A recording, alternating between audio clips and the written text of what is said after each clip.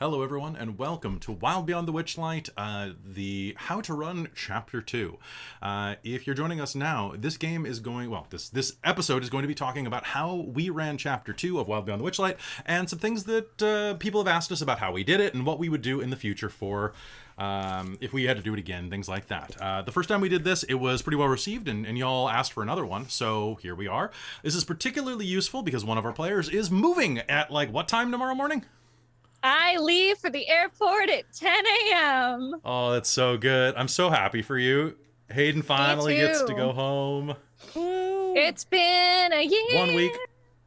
Oh, sorry. Oh my gosh. Dude, I wish. Don't start me. Listen. You get to see your boy and all of your your furry boys too. All my fur babies. So that includes my husband. I just realized, though, that now we're going to have to contend with Alejandro's clicky-clacky keyboard again. No, I'll be in my own office, actually. Ooh. Okay, we that are really separating the offices. So. Oh, you scared me for a second. I'm like, oh, no. No. Don't pause in that sentence. No, we're separating the offices. Okay, so. that's cool. All right, so hey folks, how's it going? Welcome to Dork Tales. I am Kelly, the Dungeon Master. Here, I use he and him pronouns, and I'm excited to be here tonight because we get to just do a really long chat. That was a fun noise.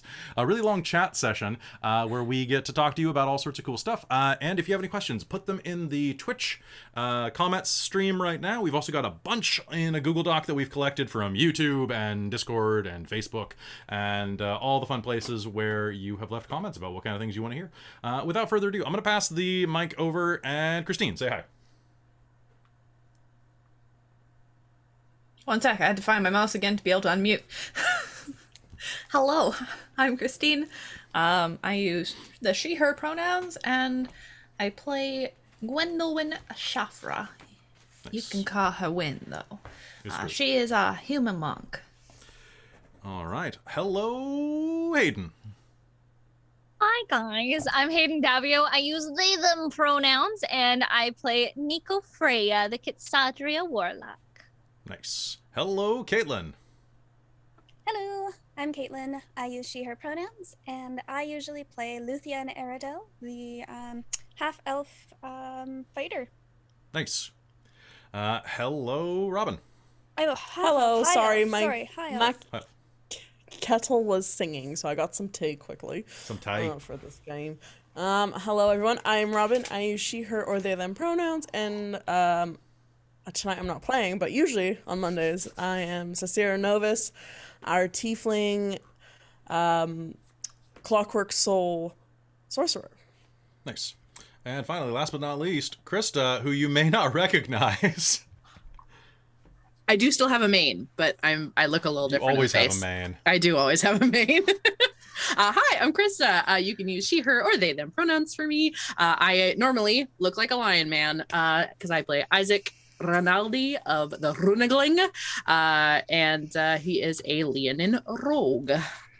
Nice. All right, so tonight we're going to be talking about all the stuff that helped us get through Chapter 2. Quick note, there will be spoilers because we're literally talking about the book. However, there's only going to be spoilers for Chapter 1 and Chapter 2 because these folks are still playing the game and they have no idea what is supposed to be happening. What did we do last time? Did I have the character creation screen up? I think we were just in squares. I think we're just Just talked. Yeah. Was I we just using? talked. We're just in our little squares. Was I using the different frame though? No, I don't think.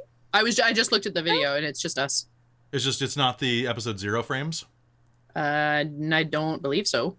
Okay, I was just curious because I was like, wait, what do I? Did I do that? I was really out of it on the last one, so I'm not 100%. Oh, that's fair because you were really sick. That's why we decided to do That's why it. we We did it. use the old frames Oh, okay. with the red and white.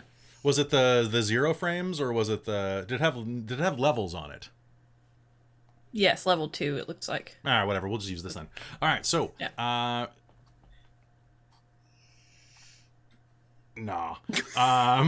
Nice. All right, so That's a great command. Yeah. we'll talk. So.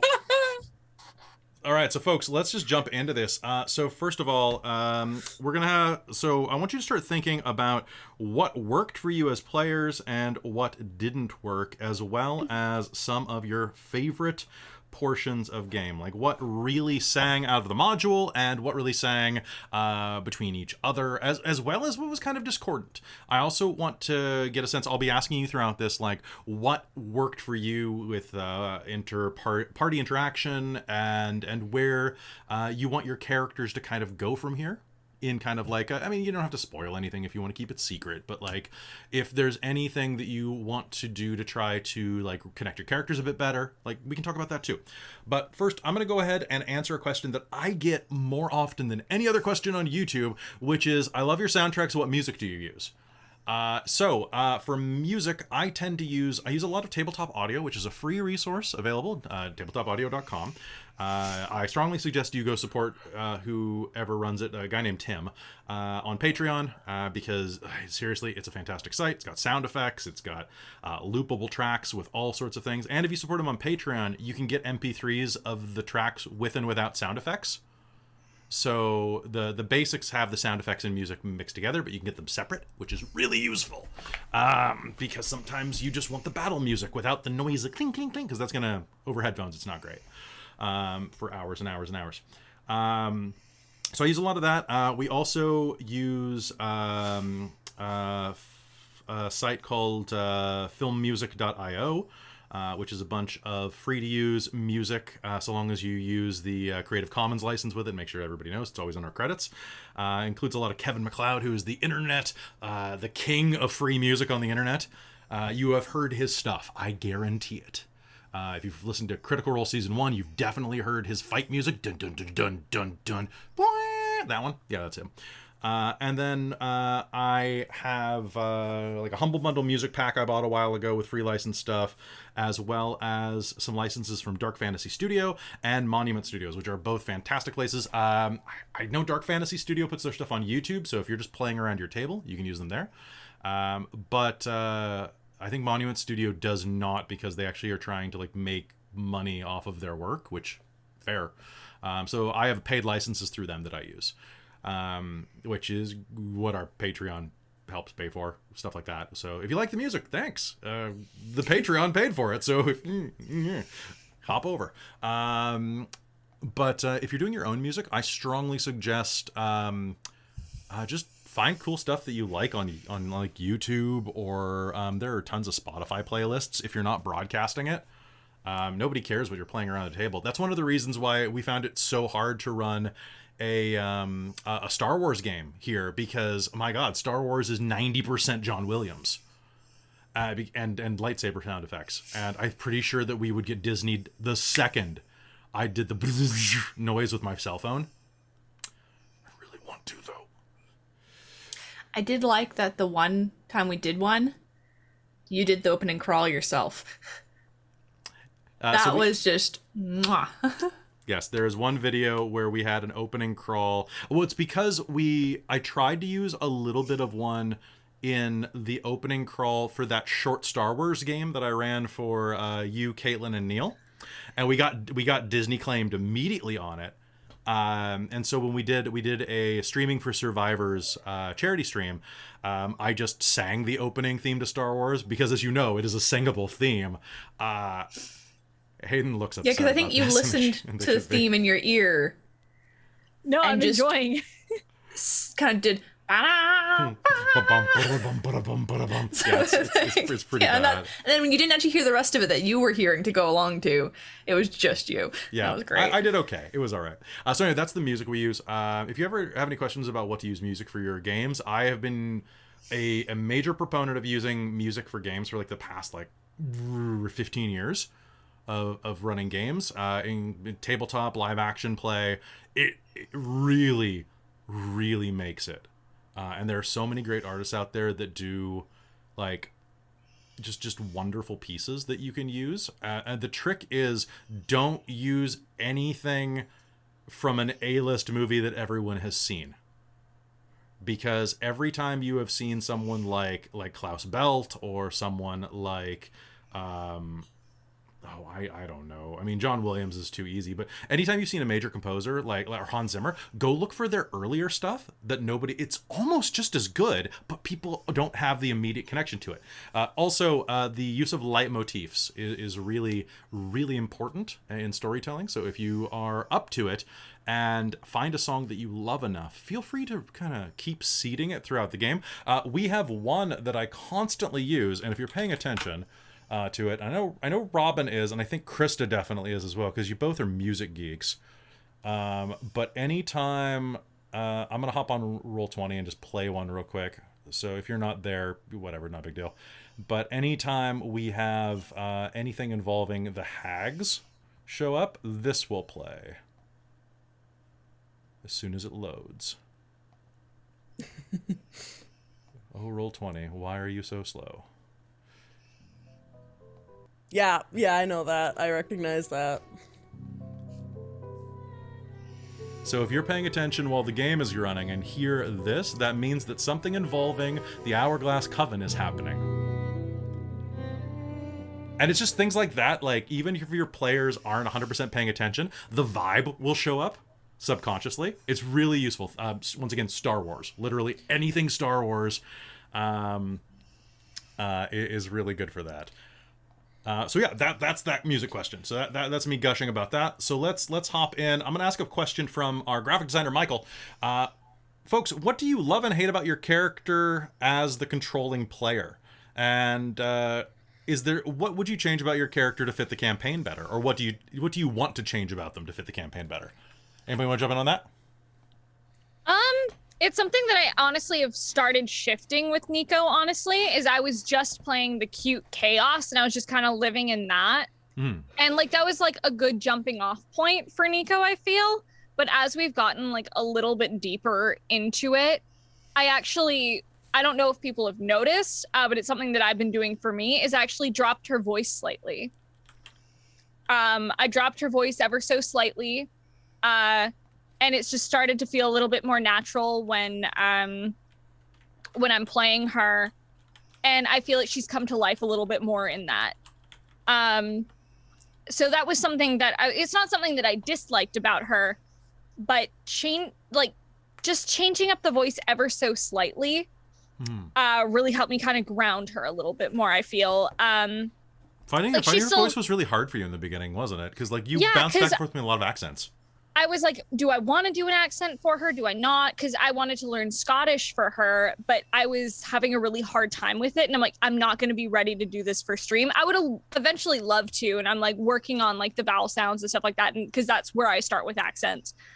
But I was having a really hard time placing her, but I think I found a really comfy place for her that's like made her feel more like a person to me. But I think that's kind of it, is I'm like, I want to try to ground her a little bit more and make her less, I'm up here all the time. And I think once we started introducing a little bit more like backstory things, I was like, okay, this is kind of who she is. But I think that's kind of it really for me. Outside of that, I'm like, I love Nico. She's a good time. Nice. Yeah. I mean, I think something similar for Win in that I really started off with just being an absolute, just like, huh? sort of character of, I don't understand, eat cotton candy, I'm real stupid, sort of thing. And kind of have started pulling out more of it because I think it was fun to lean into that.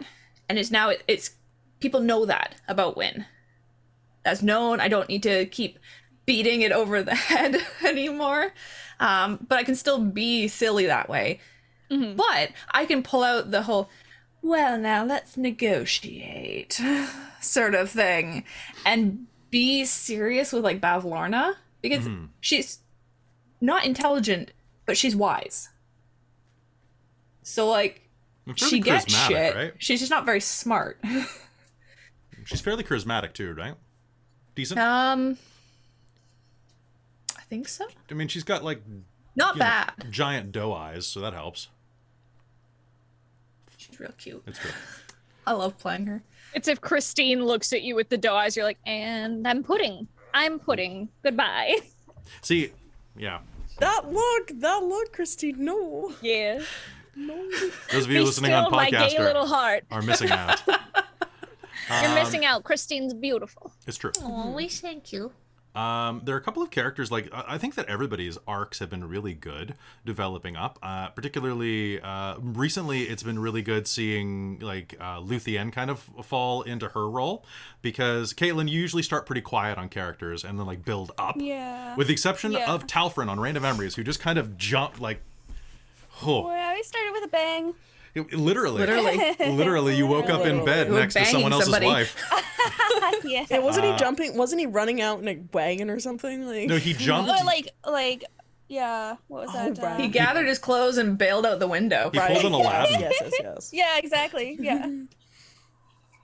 And then also seeing Isaac flop back and forth between being a complete cat bastard and slowly realizing that he might have friends here has been kind of fun. Yeah, I really wanted to play him as an asshole because I'm literally wearing my shirt that says "World's Okay as Paladin." For those of you that know me, it's hard for me to say no to people and it's hard for me to not help people out. So playing this character that like didn't instantly like, oh yeah, I'll help you. Oh yeah, I'll do this thing for you. Was very like counterintuitive, and I kept having to like convince myself like, no, you're not doing this to help them. You're tricking them into getting them to help you. And I kept like having these like plans of like, okay, I'm going to sell them out if this happens. And then Wynn just goes, but Isaac. Yeah, and see, Christa falls for it. Isaac wouldn't, and it's so hard to not lead into that. Obviously, Wynn's just that charismatic, though. Clearly, it breaks the metaverse. It's so charismatic. Yeah, but like after, I am really glad that like that arc has kind of happened, and like the fact that he died and was not really, but brought back by Nico, and all of a sudden felt himself caring and like wanting these people to survive and be there for him and help, and not just to help, but just to have them around. It's like the first time he's had that in a very long time. And so it was perfect that happened right when we leveled, because he took his first level of Mastermind Rogue. And so it worked out perfect that all of a sudden his literal ability is to, you know, provide the help action from a distance in combat. So he's literally learned to help people for the sake of helping people instead of getting it back. It's beautiful when the mechanics and the characters line up. But that was always my thing I hated about him, because it was the thing that I purposefully put on him as a challenge for myself. It's really good though. It's really coming together, and I'm really excited to see like how everybody develops. I know that we're going to get a lot of emotional beats out of Nico in the next chapter. We're going to be getting a little more into Wynn in the next chapter. And now that Sassy has her creativity back, I think we're going to be seeing a lot of different layers of this character. I know, Robin, you've been trying to like juggle in your head how this is going to affect, like how she's going to change and grow and like all of that. So like going on to like what you love and hate about it. Because for a while, we can say this now that we figured out what her character, like what her lost thing was. I didn't have much of a concept for my character going into session 0, other than, I kind of want this Doctor Strange vibe. But other than that, I didn't know much about her until I rolled that secret, that what she lost, and create artistic creativity. I'm like, okay, cool. This is why she likes order. This is why she's brought up to this, because she was creative, and then now she's lost that. So the only thing that can kind of keep her going is, and I played it as she didn't really necessarily know as much about what she lost until the mirror, when she saw the music notes. I was like, well, now she knows what she's lost and why. So what I loved about that was like the choice, but then I hate like I was having a hard time finding her voice because I was trying to do the Doctor Strange voice and it just didn't work. So I was kind of just playing monotones. And I was like, you know what? I don't like her voice. So cool. When she gets her creativity back, I'm going to switch up the voice. And you guys immediately caught that she sounded different. I was like, yep, that's. When you didn't change it much. I was going to say that's the thing that was absolutely amazing was all you kept the same tone, but all you had was inflection happen. Yeah. And it was just like, oh, damn.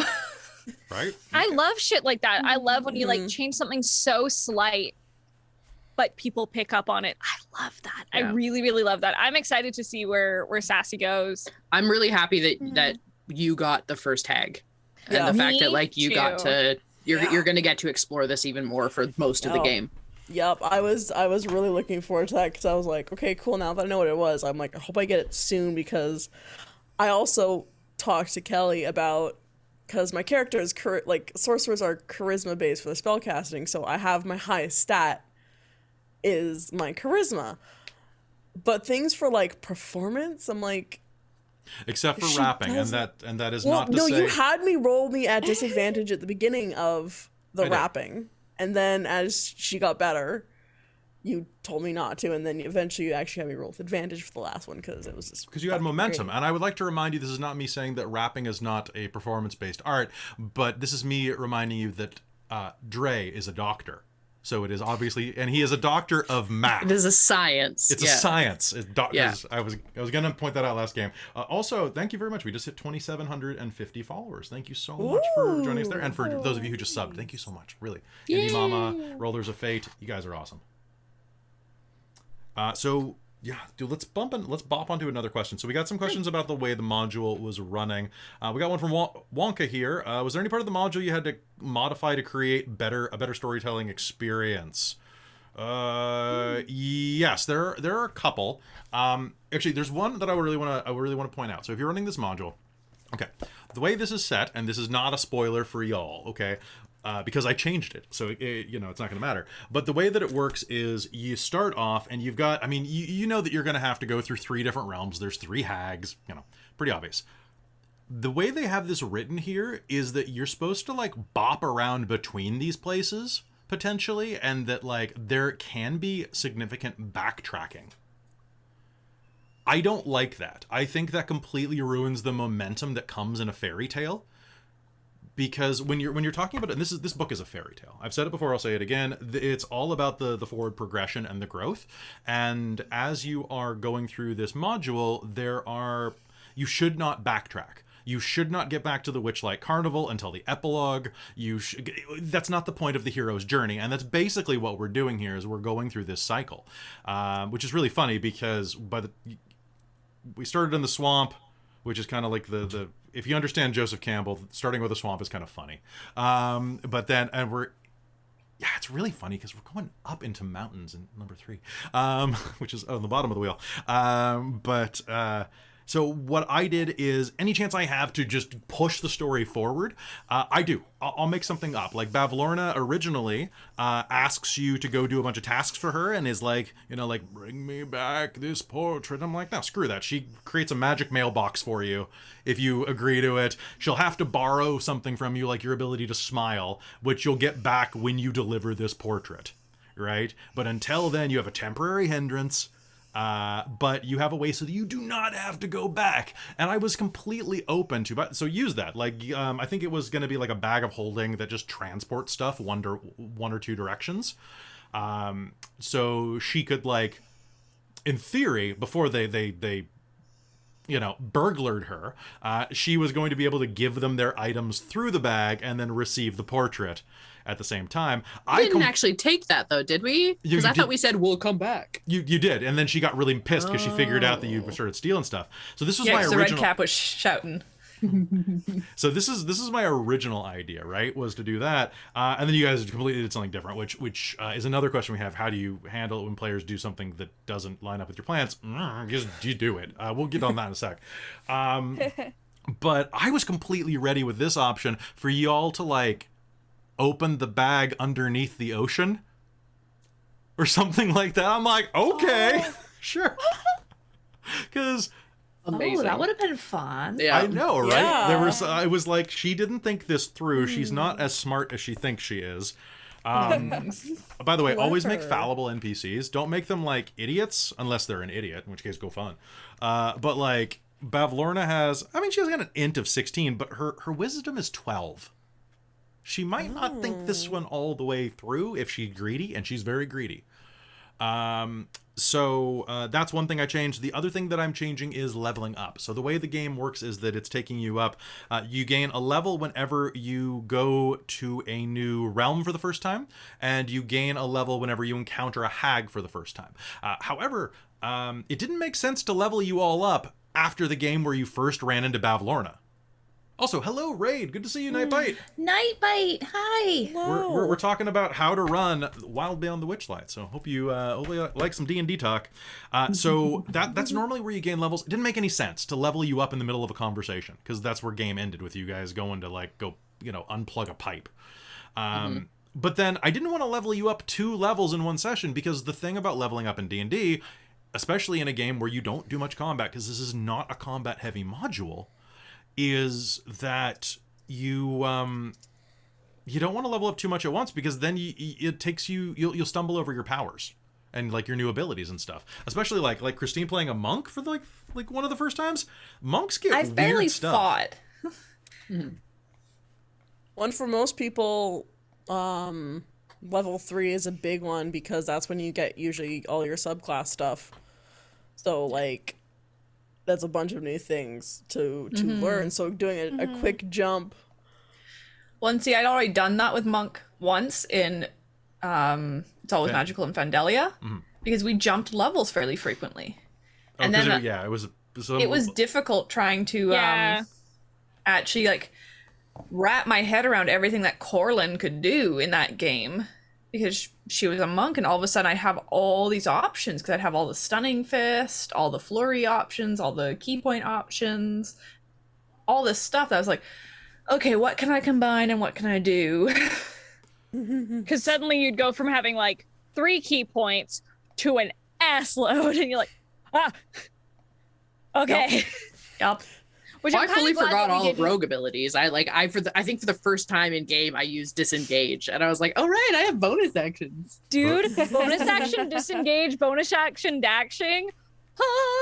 So good. Well, Rogues are this is my like, first time like properly playing a human with feats. I keep forgetting what I can do.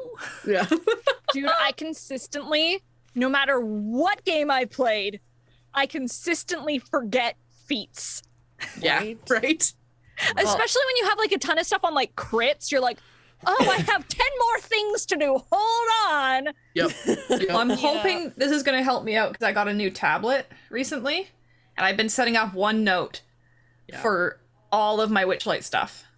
Nice. And I've been sitting there putting all the monk abilities in, all like the special monk ways stuff in, all of Wynn's stuff in. So I'll have a character sheet and this, and I'm hoping this will make it easier, because it'll all be on one page, no flipping back and forth through like 2 different books. Yeah. I have everything in a Google sheet. It's pretty handy to use a cloud-based thing. And then the last thing I just want to mention real quick about changing the module. D&D modules have these little hang-ups in them from time to time, and what they basically are story blocks. They're not intentionally put there by the designers, but it's this way that, in particular, Dungeons and Dragons modules tend to think about things, and it's there is only one way to solve a particular problem. There is one spell that can fix this exact problem. Hand wave that out of the way. If it is not a central problem in the story that the characters have to work toward, you don't need it. The one that I'm going to think of immediately, because I've done this a bunch in this module, I know some of you will be like, that's not the way it's written in the book. Yeah, it's not. I hand waved it because I wanted the game to keep going. Also, we're performing it for you as much as we're playing it, so, having the characters sit around and try to figure out how to do something for 2 hours is it's not as much fun. And what it is the bard that you helped him get his heart back. All of you can just grab whatever you had taken from you, and it automatically goes back into you. But for some reason, he has to have a remove curse spell cast on him for his heart to go back in. Oh. Yeah. That's so specific. Yeah. That's a fairly high level spell. I'm like, And that's also I don't think any of us have remove curse. Like, that's definitely something where you'd have to double back and go back to him once you're higher level. And that's something you'd have to deduce. And I'm like, that really wasn't that clear to me. And usually if it's remove curse or something like that, you can kind of piece it together, be like, okay, so there's these certain things. Okay, I can maybe remove curse or greater restoration this and Also, it'll work. That remove curse, like, sure, like, it's a good chance you're probably gonna have, like, a spellcaster, but of our party, Hayden's the only one that can get it. I'm the only one that can get it, and I'm like, that's Yeah, but one you're a of two warlock, so you get like 3 spell spells, yeah.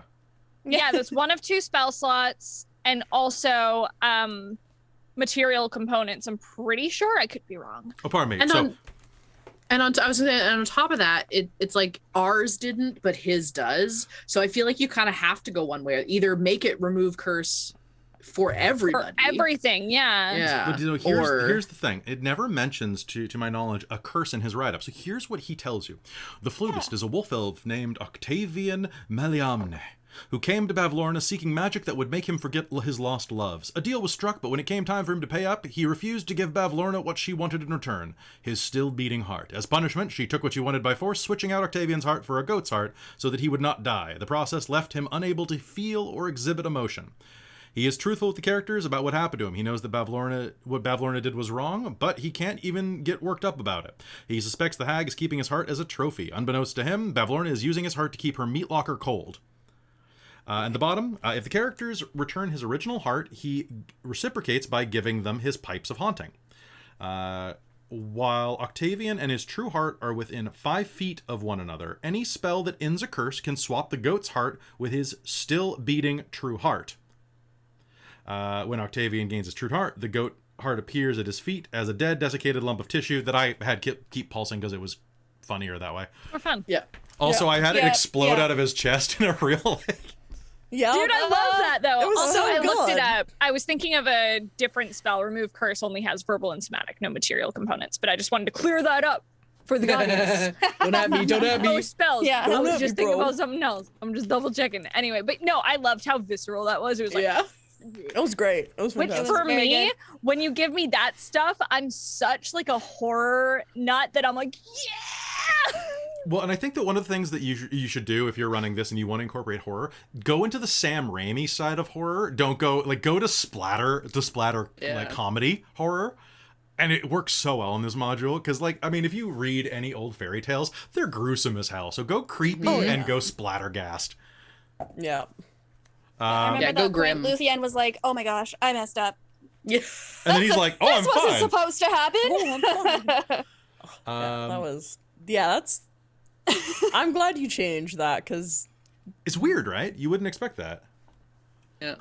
Let's see. So we had a question from Ringy over on Discord. How do you feel your character has grown or changed to start a campaign? So we already did that one. So that's kind of included in what Michael asked. Has the character taken on a version of themselves different from how you originally envisioned them, or have they remained consistent? That's pretty much the same. The kind of covered already. Yeah. What were the aspects of Chapter 2 that made you excited to have your character engage with it? Now, that's a good one. Same, still from Ringy. Were there encounters that made you feel like interacting with it was something important for your character? So I guess we have a few questions in that I've collected that are, what about this chapter really stood out for you? So, like, what was your favorite thing in this chapter for your character to interact with and just to see as a player?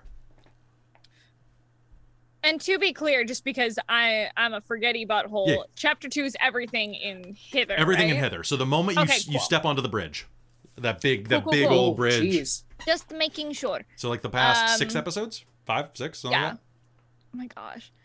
Somehow feels like more than that, but I don't What know. episode did we? What episode episode was the last 4. one? that. So Yeah. I guess 7 episodes. Yeah. Then. Yeah.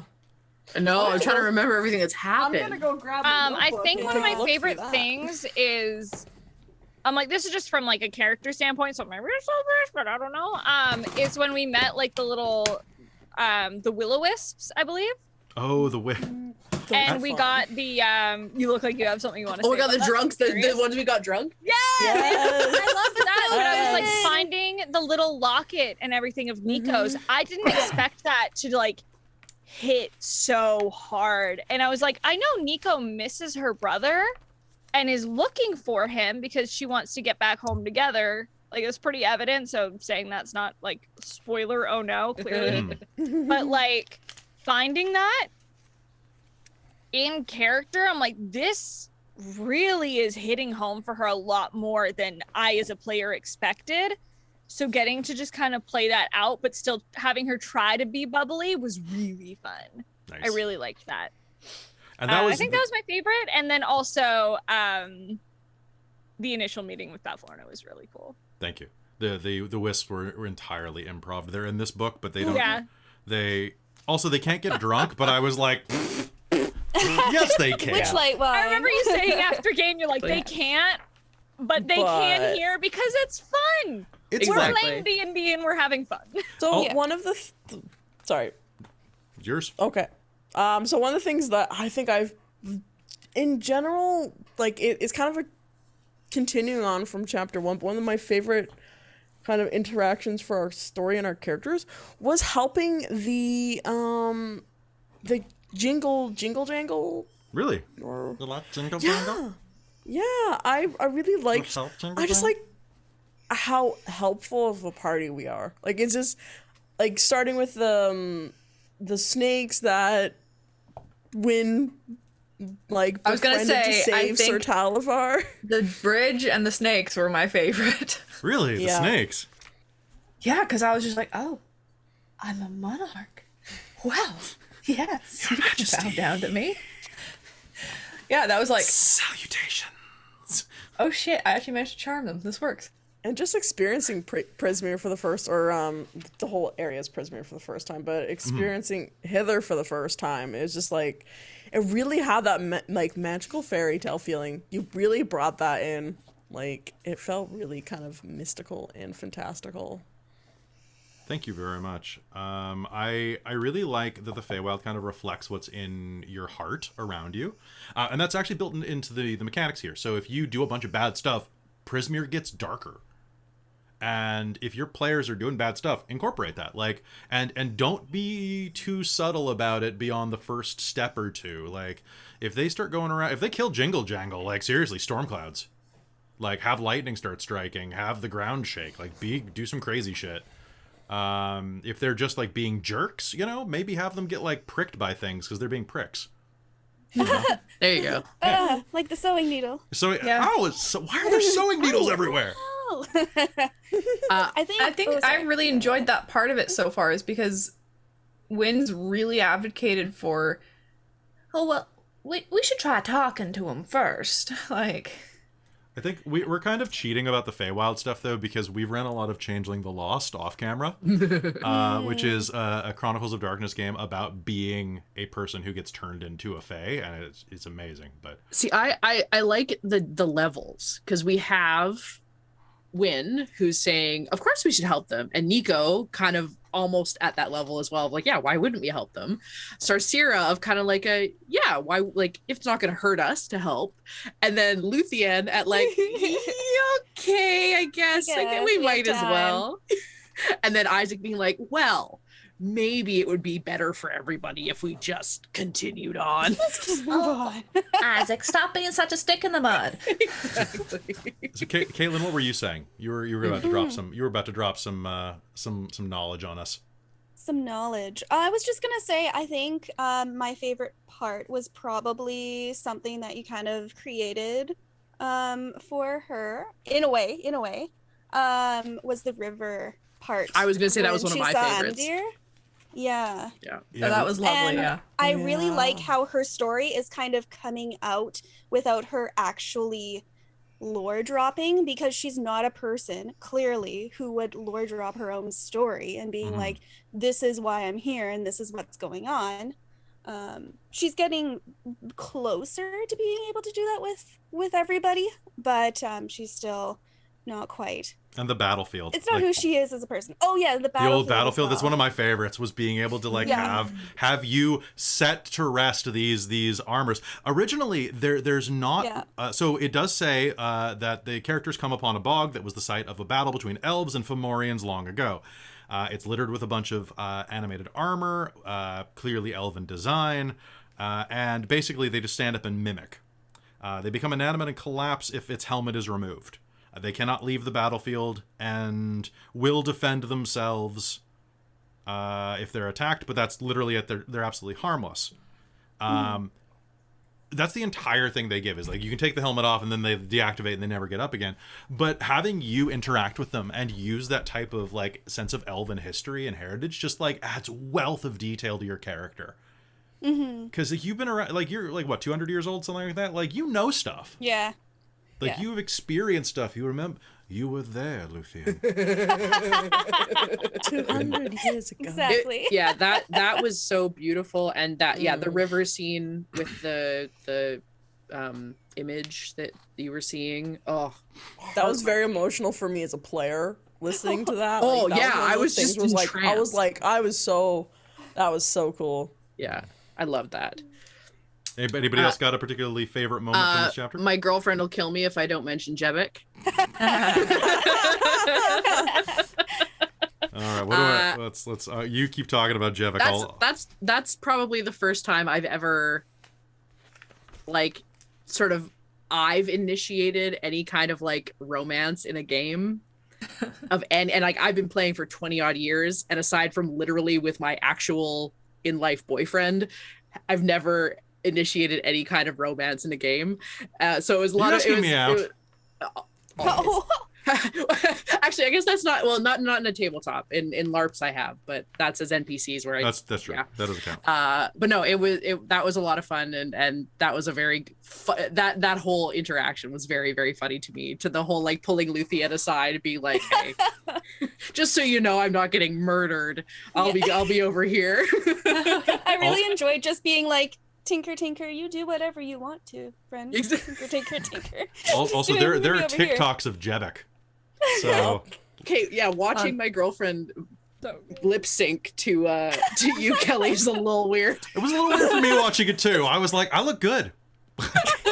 Yes, for those of you that like to go, it's on TikTok. It's in the Discord. Yeah, it's in the Discord. Yeah, it's in the Discord. Yeah. But what'd you guys think of Agden Longscarf? Should I remind you a little bit? He was an irritating little butt. The irritating coward. So he party wipes people. Yeah. Like if you go to like some of the forums, I could see that. But you guys kicked his ass in one round, and people were like, "How did that happen?" He wasn't expecting a mobile monk. He wasn't expecting a mobile monk, and also his stats aren't that great. Like he's listed as CR2, but y'all are level 2 going in, and like he's got a lot of mechanics that I think that the module kind of assumes that you'll use, and kind of imply that you'll play them in an unfair way. That you'll do you just can't catch him. I was like, well, no, you can try, like obviously, and then like, I did, yeah. They all got Isaac. He ended up in the mud doing nothing. I did nothing that. I did nothing that fight too. I think I shot one firebolt, maybe. I did nothing in that fight. It was just like, okay. I clocked him with a quarterstaff because I caught up to him. Yeah. I also enjoyed yelling at him to give me my hat back and like using Toll the Dead. Oh yeah, Toll the Dead wrecked his shit because you kept rolling D12s, and the dude's got 36 hit points. Like you roll max 3 times, he's like, pff, you know. I mean, obviously, Toll the Dead has some things about it. I know. Don't at me. But like his, I should have used his standing leap more, where he can just like jump out of the way. But y'all. I really enjoyed playing him as much time as I got, because I just got to be an annoying shithead Bugs Bunny. Mm-hmm. And anytime I can do my Bugs Bunny voice, I love. But I also liked being able to just blubber while you guys captured him and just... That was very fun, yeah. So like play cowards, by the way, folks. Like this guy's an asshole. Like he is a coward. He is a blubbering baby. Have fun with him being pathetic when the characters beat him. I'll say one other thing that was really enjoyable about this half of the campaign was not something necessarily that happened due to like what was going on in like the module, but because originally Christa and I had planned a bit that Isaac was going to be a bit stupid about presenting a bad idea, and Wynn was basically going to be his cheerleader because she's kind of stupid. So she'd think, oh yeah, that sounds great. He presented that really well. Yeah, let's do that. It's reversed. Yeah. Wynn's going, oh, I think we should do this. Isaac, come on now. And it usually works, like, I mean, it works in one of two ways. Either it's a dumb idea that he looks at and goes, this is going to get us out of this. Sure, absolutely. It sounds great, Win. Or it's like, oh yeah, okay, everybody's clearly gonna get on board with this. Yeah, fine. It's because Win is so likable that it's just like whatever she suggests, it's like She just smells like cotton candy and sparkles all the time. one. I think for my character, Sassy kind of was more of an offensive character, but then like Win's kind of kindness and just willing and showing that you can just talk it out. Sassy's kind of going like, I guess. So when we were at the hut and she's even trying to negotiate for her lost item, Sassy's like, well, we should just like try and discuss this and talk. And it's just like, so she's like learning from Wayne to be like less instant fire, except for the first time she saw Bavlorna. Yes, I know. Yeah. Shush, I did burning hands and Yeah. That was one of my favorite moments as well, for like as just for a character moment of like really being able to lean into the rogue. Because I You got kind shit of done. yeah, I it's the most I've done the entire campaign. You have your little your fox, your klepto fox sidekick. It was so yes, I love Nico and it. Isaac. so Dude, good. I love the little duo that they've become. It makes me so happy. Like, Nico adores Isaac. She thinks he's so fun and so cute. For friends. Yeah. They're Speaking friends. of Nico, I totally forgot one of my favorite moments was the kiss. Oh my god, right. Yeah. She's like, okay, Nico's So pretty cute. fucking loose. You need a memory. I need a memory, and then You like beat I'd me like to by make half new a one. second, Hayden. I was about to offer it, and I you beat love- me by half a second. I love that you both Yeah. thought that was just like, yeah, let's do this. I was just like, but it's like, That's so- that's one of my favorite moments too. Was just like so cute. No, I'm So like, cute. I talked about it like after that game with my roommates, and like my friend Carrie, who like plays Kitsadra and has been for like 2 years, she's like, that's so just on brand for just Kitsadra. They're oftentimes like very loose and kind of chaotic, and I'm like, yeah, it's kind of Nico. She's like, yeah, no, we can kiss. Yeah, no, we can bone it out. I don't care. Cool. Yeah, absolutely. I'm not Yeah. here to catch feelings. I'm here for a good time. Yeah. Oh, you want to kiss? You need a memory? Got you. Well, and that's kind of like, I kind of imagined like the way that Isaac kind of presents himself is like, he's not gonna like, you know, he's not necessarily a heartbreaker, but I'm sure he's had plenty of people at the Witchlight Carnival. It's just like, oh yeah, we're just gonna you go have fun for a little bit, and then I'll maybe give you a private tour, right? Mhm. So I was like, yeah, I would jump forward to that, but yeah, Lots you of beat people me by with half claw a second. marks. Yeah, exactly. Yeah. he's gentle. So, Want to try to tame this line? Oh, wow. you know that's a line he uses. Oh, Yes. 100%. you know what? You know his least Absolutely, favorite type of yes. girls? The ones that make him jump through hoops. That's exactly. Gosh. Okay. Those are the ones that get his heart. Oh, okay. So, I guess what I want to know is, what did you not like about, as players, what did you not enjoy as much? Like, maybe not dislike, because this module was actually, like, this chapter is quite fun. Or was there anything that you were like, oh, I wish we could have done a little more in this particular thing? I feel like you got your I meal feel that in, but- about. I kind of feel that way about everything thus far. Like I like every little bit is like, I wish we had 20 more minutes. I wish we Yeah. had 15 more minutes. And that's just a product of this medium, right? Like we can't just sit there. We have, you know, time frames. We can't just play on forever. And yeah, it's just, I think it's just because everybody here is so good, and there is so much meat on the bone of this module, and the NPCs and all the player characters, like just engaging in that is so incredible. And like, I just want to keep there. Like, anytime you cut a scene, I'm like, but there's like half an hour more stuff here. Let us stay here. Well, it's that whole like the problem with like this the beauty and problem of this being such like an open world module. It's like, no, I'm not doing the main quest. I'm doing all the side quests I can. I want to see every part of this area because this is so much fun. You're practicing for that Witcher role-playing game, are you? I am. I want it. You just Well, want to I play think- Gwent. If Yeah, I do. anything, I didn't particularly love Bavlorna and the Bullywugs. You didn't as like much. the Bullywugs? What was Like, they wrong with were the funny. Bullywugs? But like, I liked them for the first episode well enough, but the episodes that were just them, I felt were a little meh. There wasn't as much to do Oh man, after we like gained bucket proficiency. I bled for those episodes I proverbially. know. Oh no, I know. Like, Oh, yeah, man. I liked this is like, not a you portrayed No, them no, I know, badly I know. Yeah. or I'm anything. not- It was just like it wasn't as fun as like fighting the Haragon or like helping. It hell is her does name? kind of get a little bit fetch questy for a minute right there, right? Like as you're going Yeah, around, you're fair. like, oh well, I have to work with this king, but there's like a revolution, and it's like it's almost there. And Yeah, I think, it's not perfect. I feel like I could have turned up the stupid just a tiny bit more to make it a little Yeah. funnier. And by the time I did that, you all were. It was the game where you met the potential usurper. right. And that was great. And, Like that was ridiculous. All the plans that they had drawn out on the floor, and they were all doing their own plans. Well, Yeah. only he has them drawn out in original. I'm like, oh, so, no, there's got to be people who are planning to kill this dude.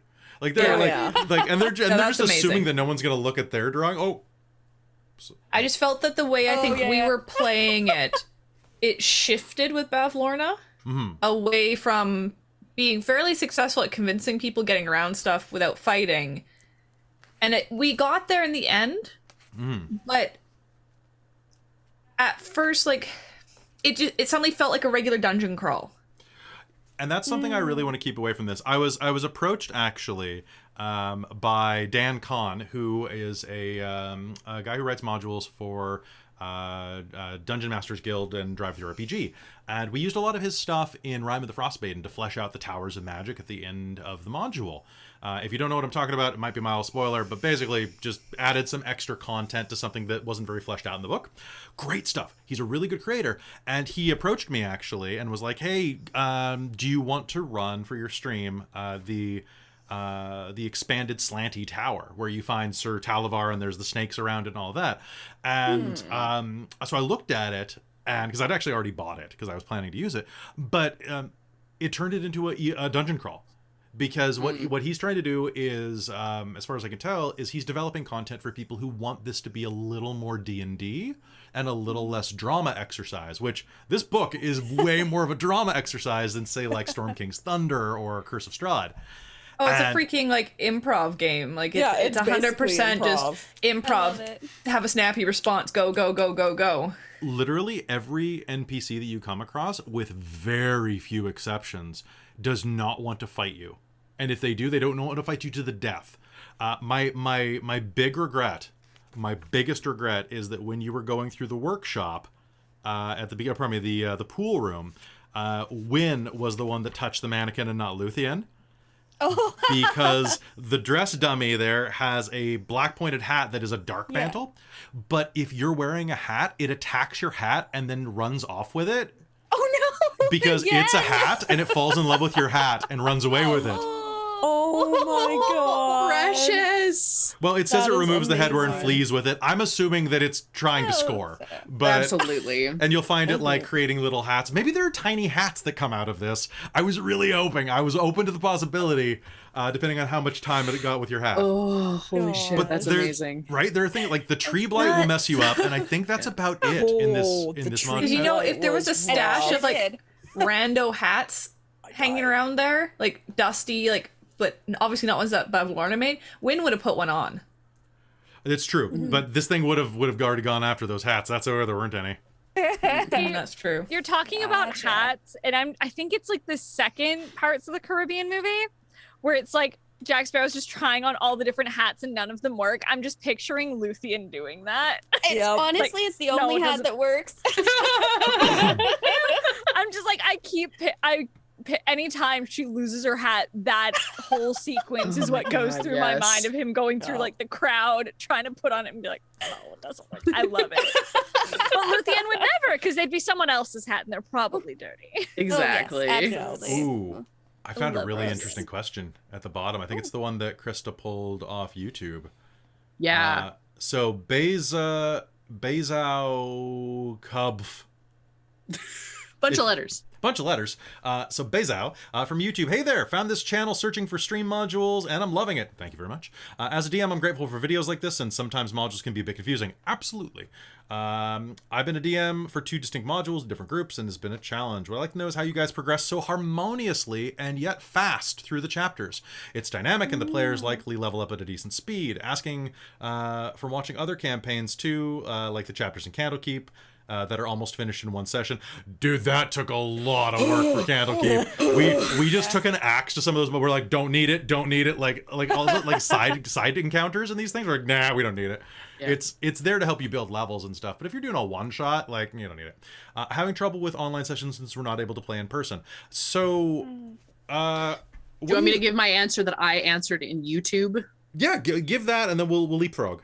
Yeah. So what I said is one, we've all been, a lot of us in different configurations have been playing with each other for a very long time. And so like, we're able to pick up, okay, they're about to stop talking, so I'm going to jump in. Okay, this person has said this thing, so I'm going to jump on here. And we're all kind of pretty good about meshing like that. But the biggest thing being that like, we're moving so fast because we have to, because it's performative. So like the fact that we are putting on a show, yeah.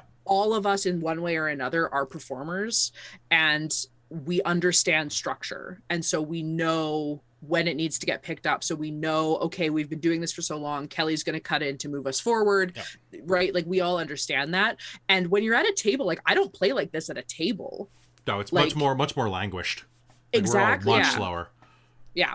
And I think that's a very big difference. So if you are playing like online, it's difficult as well, because you can't have like, you know, I like to sit and talk to the person next to me at the table when it's just a home game, if I'm not in a scene. But it's very much more like everybody needs their moment when it's online. Mm-hmm. And so, yeah, I think it's we're moving so quickly because we're kind of due by necessity. But if you're playing online, unless you have a reason to go quick, don't worry about it. I think if you want to go faster, ticking clocks as well. You could make a time limit, like you only have 8 days in Prismere, right, to set things right, or 3 days if you really want to like crank it up. 8 days gives you enough time. You get some long rests though, and you can always play around with the structure because the Feywild has weird time. So you go, oh, it was actually 10 days, but only counts as 8, right? If your characters really need a long rest at the end. But I think also. It's exactly what you were saying, Christa, is that we all have a good sense of timing because we're all performers in some level. And the longer I sit in this chair, the more of a director. Like, and like you, if you're used to writing or performing, you get a sense of when a moment is the right moment to be like, and moving on. Because it's that moment where like you wait and no one's adding anything else. And everything is wrapped. Your little mental checkbox of everything that needs to happen in that scene, plus the extra role-playing moments has happened.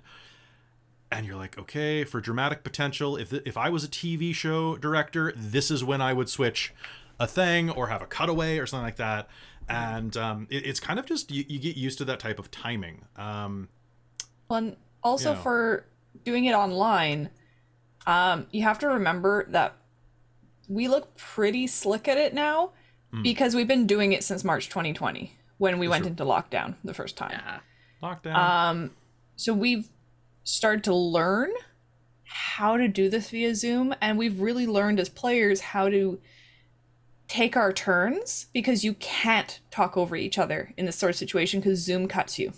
Yeah. Whereas at a table, you can talk over each other. You can have a babbled conversation with multiple people at once without issue, but you can't really do that in an online setting because it just doesn't work. Also, you can have side conversations at a tabletop setting because you can whisper to each other. You can't do that here. You have to kind of type it out. Yeah. And even you then, can have private conversations that way, but it's not quite the same. No. Yeah. Because even before that, right? Like even when we were all playing at a table, we weren't having breakaway conversations because it would be picked up and you didn't want to have that, right? So even before Zoom, you could at least have like the sort of absolutely, it wasn't quite as sort of side comments as they were clearly, like, say Robin was interacting with whatever Kelly was giving her for her scene. We could be like, yeah. Cat calling, that's what the Zoom chats. Tiny That's bit what the Zoom chats for. Yeah. The Zoom chats for. I think also else? I was gonna say, I think why we work so harmoniously together is that it's just good me do words well. Chemistry, that's the word I'm gonna use. We have really good chemistry. All 6 of us have a really good chemistry with each other. And we're also, again, the performers, so we're considerate and we know, like, everyone wants their moment. And so we know, like, okay, yeah, I'm having this scene with Christa. Okay, it's now the other people's turn. So we're just we're very considerate of each other and how we all work together. And Kelly's really good at moving scenes and organizing all that. And, oh yeah, one thing I was going to mention, because you talked about long rest, I think that's the one thing that's been the one thing I don't like about this module is the infrequency of long rests, because I'm a sorcerer and everything I get back is on a long rest. I get nothing from short rests other than hit dice. Push for more long rests. Yeah. I mean, I think that's the thing, is we just haven't done them because we haven't really been fighting. Yeah.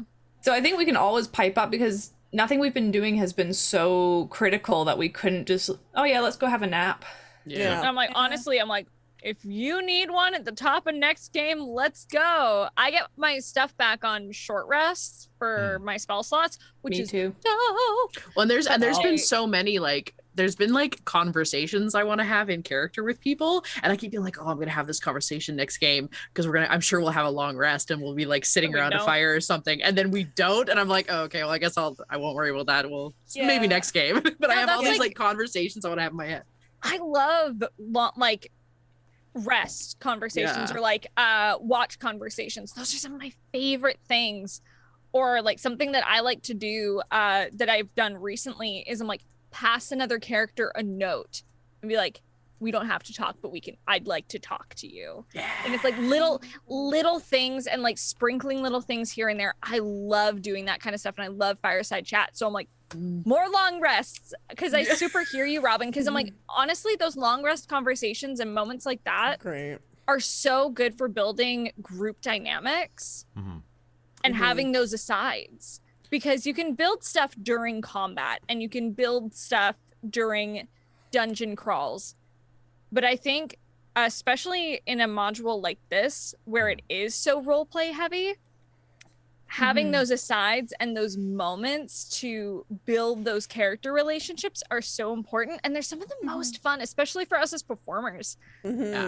Character interactions are that's where I thrive for D&D. I guess I hadn't really noticed because we did so much of it in the carnival. Yeah. Like we had so much conversation and whatnot then. I just didn't really notice that we hadn't been actually doing as much. Yeah. Well, and that was the thing, is like I personally was hesitant to partake in conversations at the carnival, because I was like, Isaac's not going to share his story with these randos he's been tasked with. Right. Yeah, exactly. And Luthien, right? Yeah. I was like, I don't know these people. You don't need to know why I'm here. If you help me, you help me. I can help you a little bit, and yeah. And so like I've been looking forward to the opportunity to like, and then like Luthien in particular, like I had all these little conversations I wanted to have with Luthien and like pull out all the backstory and just be like, so husband, just deal with that.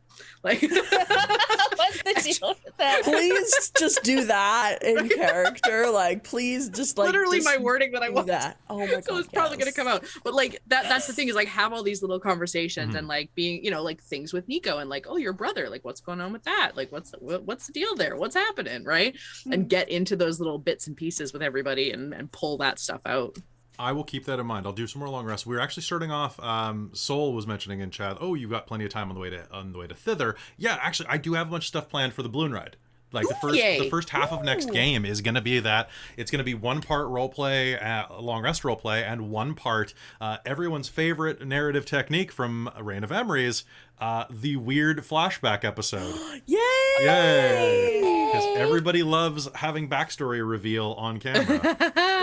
Well, and the fun of that is that you are such a good storyteller that just giving you free reign to describe what's in your head for us, where we're not having to do necessarily a ton of interaction to like explain it ourselves.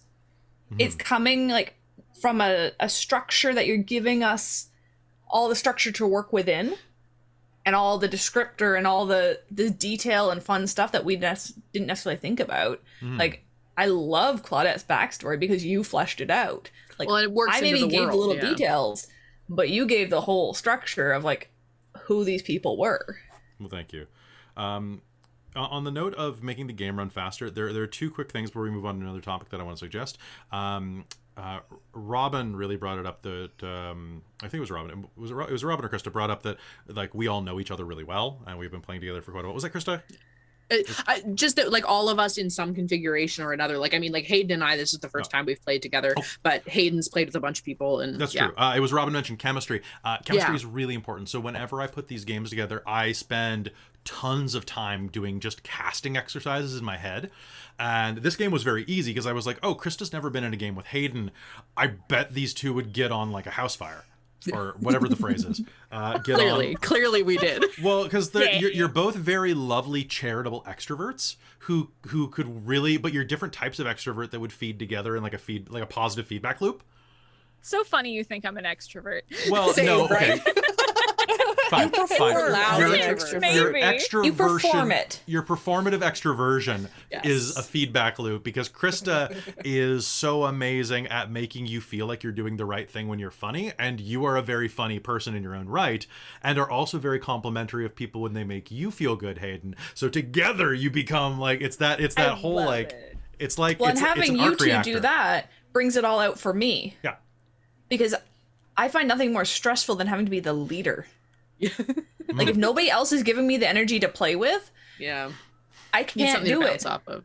Like, everybody's had always commented about how snappy Callie was and how just kind of sassy and like nasty some of her comebacks could be. And that's Hayden's fault.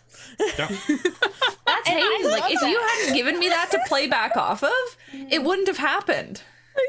Like, you just kept giving it back, and I would just keep giving it back to you. It was great. Yeah. I love playing I off love it. that's like the kind of sillier, kind of more boisterous energy, just to be more subdued and more matter of fact with Luthien. Well, I love that you basically brought up and created the whole thing of Win don't like it. Oh, don't like it. You started that. I'm like, feel okay, I gotta that find the thing. most outrageous thing to lick now. It's probably Isaac. Just lick. Having Well, I don't Luthien know. to We play read off everything of that. on. And it's really great because when we have a stream like this, like I can pick personalities that mix well together, and it's a lot like just like painting or like cooking, right? So like you've got I always look at my players and kind of like their positive assets and what they bring, and like all like, but also like, are they like, what's their energy level? And you want a good mix. You want someone like who's like, you don't want like all of like super extroversion performance. You also want people who are a little more subdued, but aren't going to be overwhelmed. Like it's this mix where, you know, like, all right, it takes some time. If you have the opportunity to build a cast of your own rather than just having a bunch of friends, we are all friends, but like, you know, if you're just stuck with like your roommate and your brother and your aunt playing a game together, you do what you can. The number one thing I would suggest to just move things along, though, is enforce a rule at your table where everyone celebrates victories of other players. Because it keeps the morale up and it keeps the game moving when everybody cheers when someone else nat 20s, not just yourself. Yes. And it makes you feel like a badass when you do it. Always do that. Absolutely. Yes, yes. 100%. That is the number one thing that I have felt from watching any Critical Role stuff, is that they are very supportive of each other. Yeah. And that makes it more fun to watch. And I was like, yeah, no, that's like the number one thing about this show, is that they do that. And it's ever since I saw that, I'm like, yeah, no, everybody celebrate everything. Like, celebrate each other because it makes you feel great. And don't sit in your failure. Like, if you roll, like, this is something it took me a lot of years to get okay at, is to not take it personally when the dice fuck you over. Yeah, repeatedly. Honestly, again and learn again to and again. celebrate Upcast your nat something. ones. Oh yeah, so many Yeah, nat ones. that's that. I'll admit I got a little bit in my own stew on Saturday for Hexador, because I did nothing that battle for 3 rounds. I was just like, oh, dice, can you just It not sucks. fuck I'm sorry, me? because she got confusion cast on her, and she just kept... It blows. It's I try not to use sucks. those spells, but I'm like, this guy would this is the I'm Yeah, sorry. no, I'm it's sorry. fine, but it's What okay. would But it's just the- like it's one of those moments where it's like, that oh do? yeah, I need to get out of my head because I'm Yeah. letting this drag down my enjoyment of the game. This is, And yes, it's frustrating, but it's just like, okay, gotta like. And I don't know if Buddy Hearted is in the chat, but on our last Deadlands, or not the last one, it was like Deadlands game before that, she was trying to help me heal me. And I was like, snake eyes, snake eyes, snake eyes, snake eyes, fail, fail, fail. And she did, and it was perfect and broke a rib. It was amazing. It was the best day. She almost killed me, and it made my life. Oh. Well, see, and it makes it more interesting because if we're just really good at everything and we never fail, like, okay, you can just watch us go through the story as it is, but, you know, it fleshes out the character more because True. they fail sometimes. Well, yeah, when I failed my Love save as Claudette and got swept out of like the sky Oh, yeah. thing, and I'm free falling. Yeah, I you ran of Embers. totally changed our. Oh shit! Yep. Yeah, we went after you. Christine tends to roll like really high, and a lot of people comment on this on YouTube. But she also fails as like people that see that don't see how often she fails rolls. They just see because like when she succeeds, it's usually with like a 19 or a 20 with mods, right? But like Well, yeah, so it sounds like it's really high, but it actually was like maybe a 10 was what I rolled. yeah, but you also But I like, add have 10 botched to decently that. well, which is why you should never play a halfling again though, because you Oh, eat yeah. your ones, Oh yeah. eat your ones. They're good for you. Yeah, I don't get nat ones too often, but no, I do fail stuff, and quite often I just don't attempt rolls that are stuff I'm not trained in and thus can't do very well. I let other people be the star of those things. So, and in terms of like leaning into your failures, it's one of the things that I really like about the Chronicles of Darkness games, just a quick aside, is because when you botch in that game, you get basically what equates to a point of experience. Like you get some experience points for it.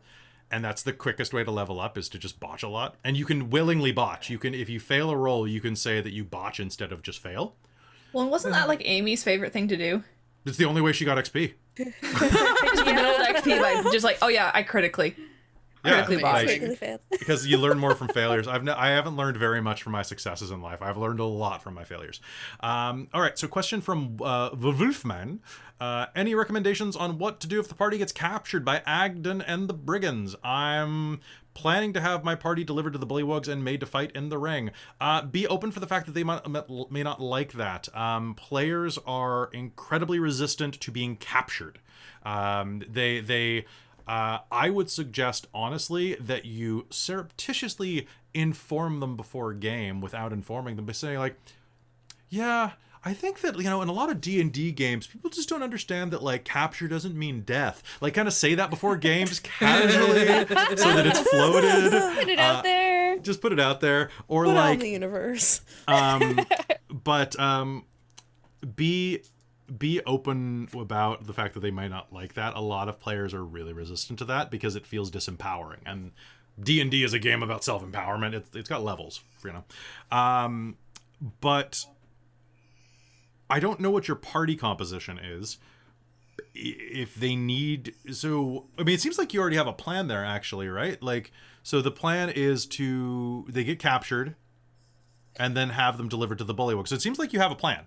Actually. I think they're wondering if there's anything, if you would recommend anything else. But I would say, I think the biggest thing for a DM and trying to figure out capture is how much you, like, the trust level between you and the party. Because I trust Kelly implicitly.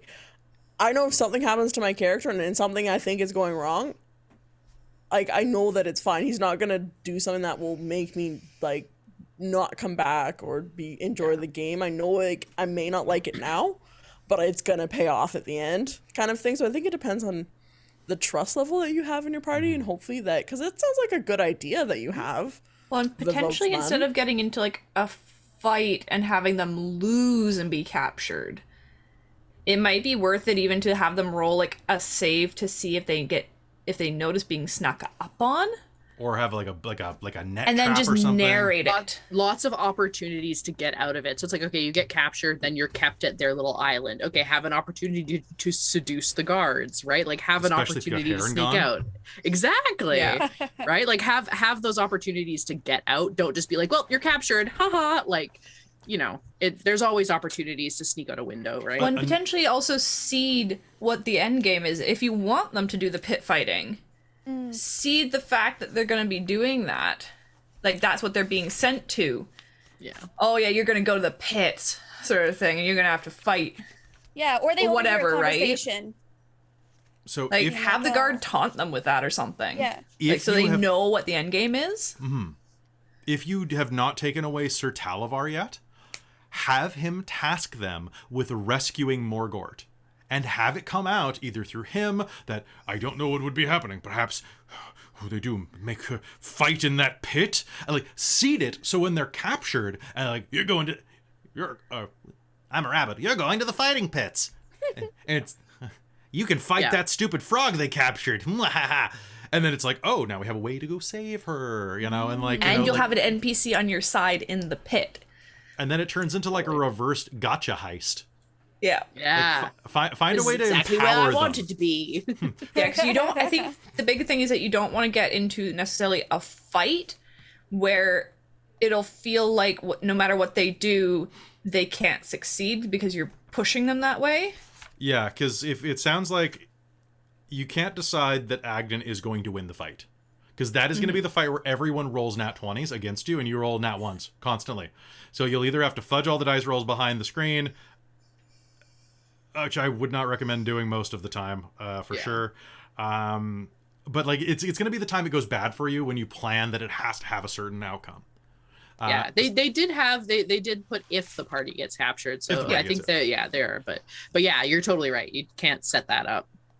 But like Otherwise, you just so like something like that, some type of spin that lets them remain in kind of control, but still like kind of I'm gonna mix it up a bit.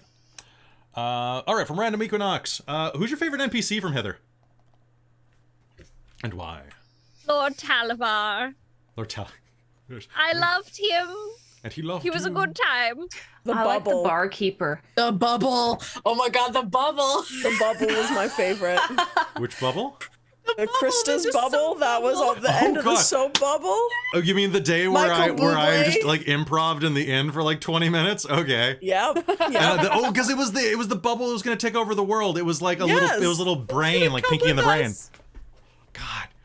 I loved him so much. That was my favorite NPC. All right. Caitlin, who's your favorite?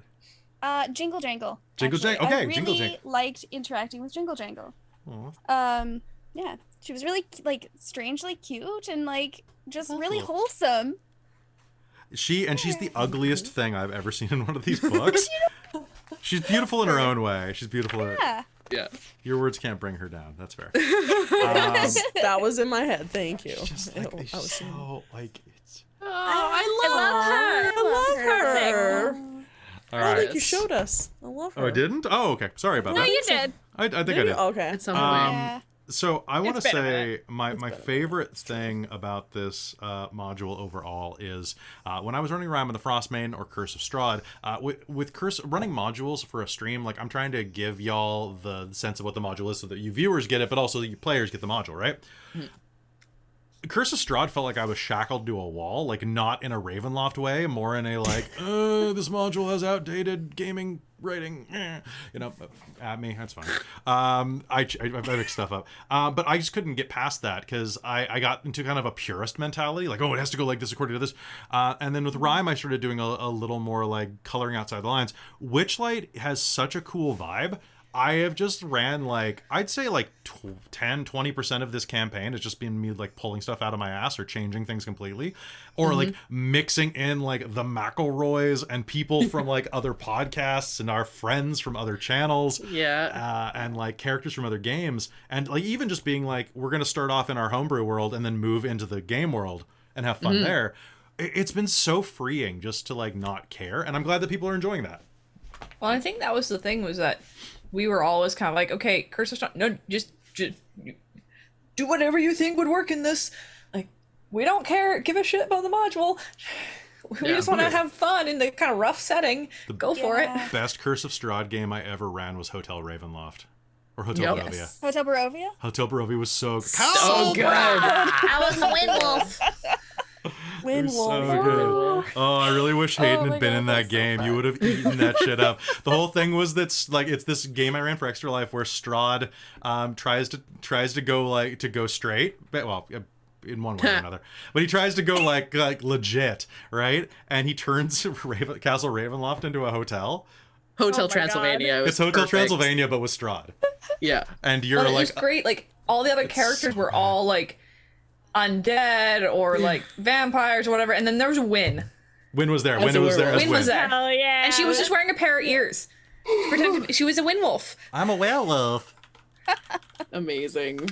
And I think I even straight face lied to Strahd's face of like, oh no, And he was like, I'm good. look, I don't really care that much.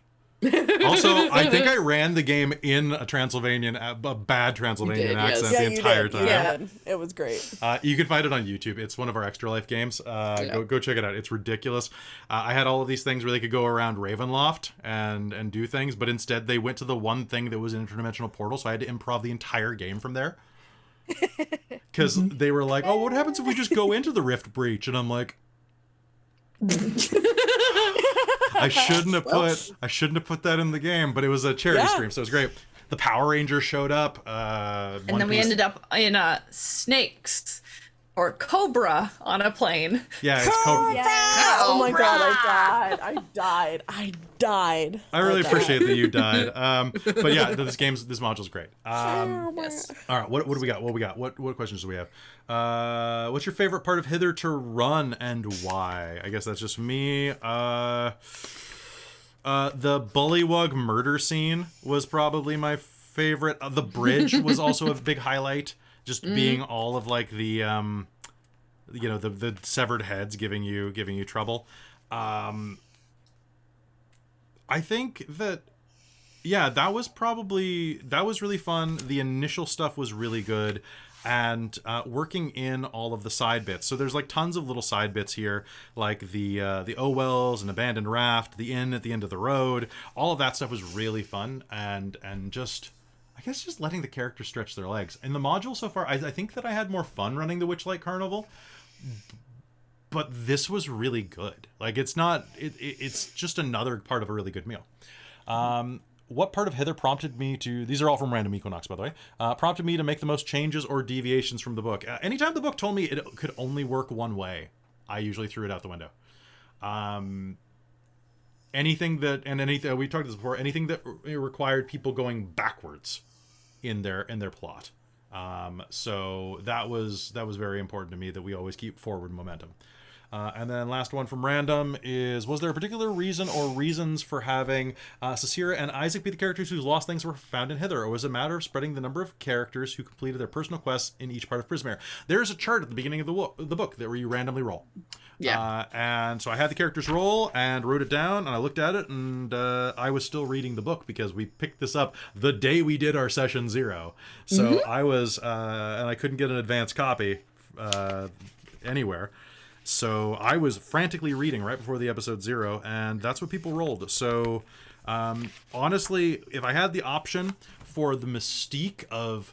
So yeah, for some of the characters, I might have juggled around a tiny bit had I known a little more about the character and their trajectory from the start. But I think it's working fine, and it just means that if I am introducing a character's secret or lost item a bit earlier than I would like, I just have to make the plot more interesting, so that it's like, oh, well, yeah, you get what you want, but do you have what you need? Right, type of thing. So I think that is that's really important. And yeah, so that's just the way that it works. It's kind of funny that it ended up being in like kind of like a building stage. Like we start with 2, then 2, and then 1 in the final one. So it could have been like 2, 1, 2. Actually, 2, 1, 2 would have been really good, because then it would be an hourglass. You feel me on that, right? Oh, nice. Yeah, I know, right? So, Wonka, did you and your players have a favorite part of the module? And how easy was it to go over the new Witchlight module to create a story for the new adventure? The initial setup was pretty easy, I think, for that. And we've talked about our favorite parts of this one. Let's see. Wonka also asked, how did you find inspiration to say, this is how I want my character to be? What did you draw your character's personality from? Did anybody want to touch on that? I wanted to play... Okay. Oh, go ahead. No. Okay, Caitlin, I was speak. just gonna say I think I was the last addition to the cast, so I wanted to kind of round it out, and I actually did something that I never do. Was I chose my class first. I was like, I want to play a I want to play, fighter with dex and guns. Anyway, so I was like, but that's really kind of off-brand for me. How am I gonna make this character fit that? So I figured I would just kind of and then I developed her backstory that she wasn't always this way, but something happened, and so I usually find a personality and then I find a class and kind of figure out from there. Caitlin, do you want me to bleep that out on the YouTube edit? No, I don't care. It's really obvious anyways. In her art. In her art, it's fine. Yeah. Also, I'm like, I'm a dex fighter for a reason. Yeah. It's all good. What? No. No. You sure? You're just an arcane archer. Yeah. Yeah, exactly. Exactly. What about everybody Anyway. else? We're so Um, Yeah. yeah, I was gonna say, I wanted to play something that was the opposite of Lysithian because I'd been playing Lysithian for like a year, almost, and I missed that punk. loved them. Huh? I missed that punk. Me too. I miss them so much. And I wanted to play something that was just the opposite of Lysithian because they were very like flat. They were the straight man. And I loved them. It was really, really fun to tap into that because I don't usually play grumpier, more stoic characters. And I usually go for more just kind of very light, kind of more chill friend, like the chill character. And those are really fun. So I wanted to kind of play outside of what I've been doing. So I was like, okay, cool. Well, I know I want to be a fox bean because I had fallen in love with the race. And then I had never played a warlock before. So I was like, okay, this is also, and in talking to my roommates, they're like, honestly, this is the best place for you to play. Like I've said it on like in episodes, I'm like, this is the best place for me to play an Archfey Warlock. On Dork Tales? Which or I've been in wanting to Feywild? play. I've been wanting to play the subclass for years. Yeah. And I'm finally getting to, and I'm really, really excited to like see where it goes. I still have to pick my pact boon and all that stuff. But I wanted to play something different because we're on these adventures for a long time. So I wanted to try something else and put on a new pair of shoes, essentially. Fox shoes. Fox shoes. Foxtails. Ooh. Yeah. That was similar to me with playing with Vistra, who was barbarian rage tank. Let's go front of the fight. I was like, okay, cool. I really want to play a spellcaster because Ivy is like, she's a half caster. She's more fighty with a little bit of magic on her. So I was like, okay, great. Let's go full sorcerer. Let's go full squish, and play a sorcerer, because again, that's slightly an unfamiliar one. I've played a couple one with the wild magic sorcerer for a couple, I think, Candlekeep one shots Yeah. or something. I think I played out that. I'm like, okay, that looks like a magic class that might be fun to try. And for like personality and stuff, I was having a really hard time choosing until I drew what I lost, and then suddenly it was like, okay, I have the inspiration for my character, because I just had a vibe where I was like, okay, I'm basically making Doctor Strange, but now I need something to fill that, but I hadn't found that until these sessions are, and then I was like, okay, I see this character now. She's come to life. That's fair. Anyone else? I know, Christine, you and I were on a vacation when we were trying to bounce your character around, and I think I was like, do a southern accent.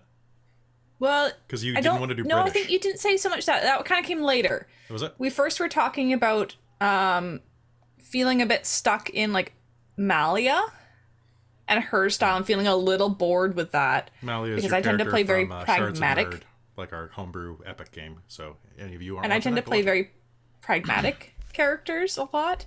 I like to play sensible. I like to play smart.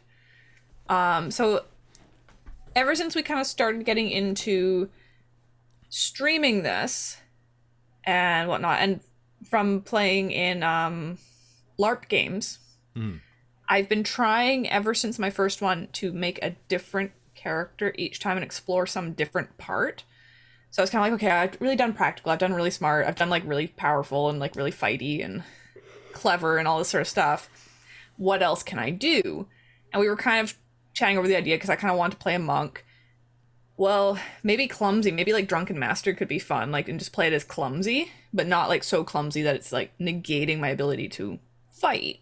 Mm-hmm. And that then spun out when I rolled her that, oh, I have this really low stat. Well, I've already done low charisma. I can't do low wisdom because it's a monk. Yeah. Well, she could be kind of stupid. Like, just not smart.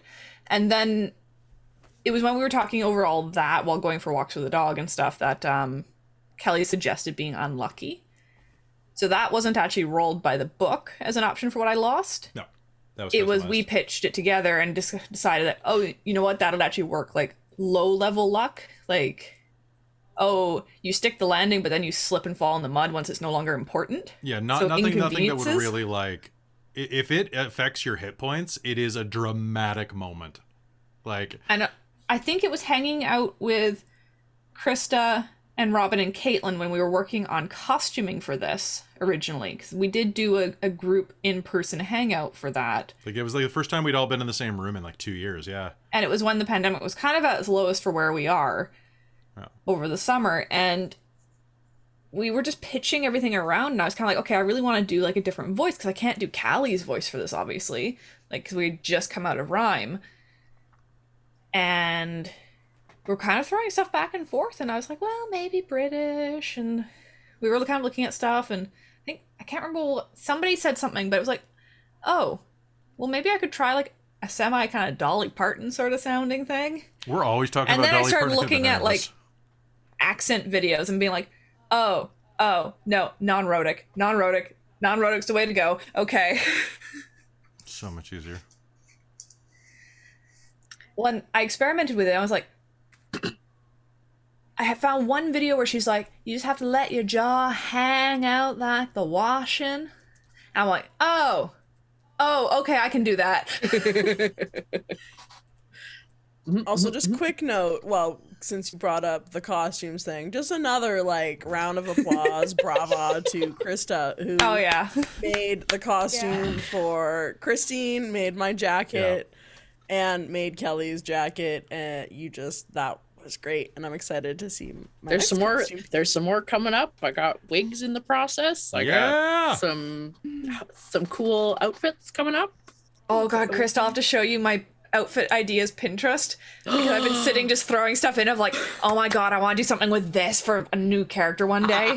It's like a wrap shirt with like really high neck and like just Like Dr. Dre? texture. Exactly. All right. So anybody else want to weigh in on... Oh, Sure. Yeah, I was gonna jump in. I definitely. So when I first wanted to play, I tend to play like himbos and dumb characters because I am not a quick thinking person, but I can usually make very dumb questions very funny. So I that's my comfort zone, is being dumb and just being like silly. So I was like, okay, I want to challenge myself. I want to play like a quippy, charismatic bard. But I wanted to play bard. But when I first talked to Kelly about it, because there was a very prominent bard in the previous game, we didn't want to keep that genre, basically. And so I went rogue. Rogue is like, you can be a bard with a rogue, like personality wise. And so I thought that was going to be a lot of fun, and it has been. It's been incredible. It took me a while to really flesh out like who he was and what his backstory is. Taking the Witchlight hand background helped, because the idea that he ran away to join the circus really fit who I kind of was flirting with as an idea of who he was. And the idea that he was this young kid that ran away to join the circus was mwah, and just really solidified who he was. And his, unlike a few other people here, finding his voice was a lot. It was a lot of me talking to myself in the car, seeing how deep I could make my voice comfortably. surprisingly deep. I'm a real low. I'm a tenor when I sing, so I naturally have a quite low voice. My brother, after being on T for years, has a voice almost as low as me now. So I have a very low voice naturally, but like bringing it into this lower register where it's comfortable to talk in is like I need to focus on it, but I can get it to a point where it rumbles, but it's like I need to have like just woken up or have my voice destroyed. Like I was practicing singing in that low register because then there's actual notes to follow. And that after doing that for a while, I had this like scratchy, raspy, and I was like, oh, it sounds so good, but my throat hurts so much. there are some tricks that you can do for that. I mean, Hayden can teach you for sure. Hayden's does some great breathing techniques, my boy. Yeah. Well, and surprisingly, breathing while trying to like pitch your voice down how's it going? Is how my VO teacher taught me to do little boy voices.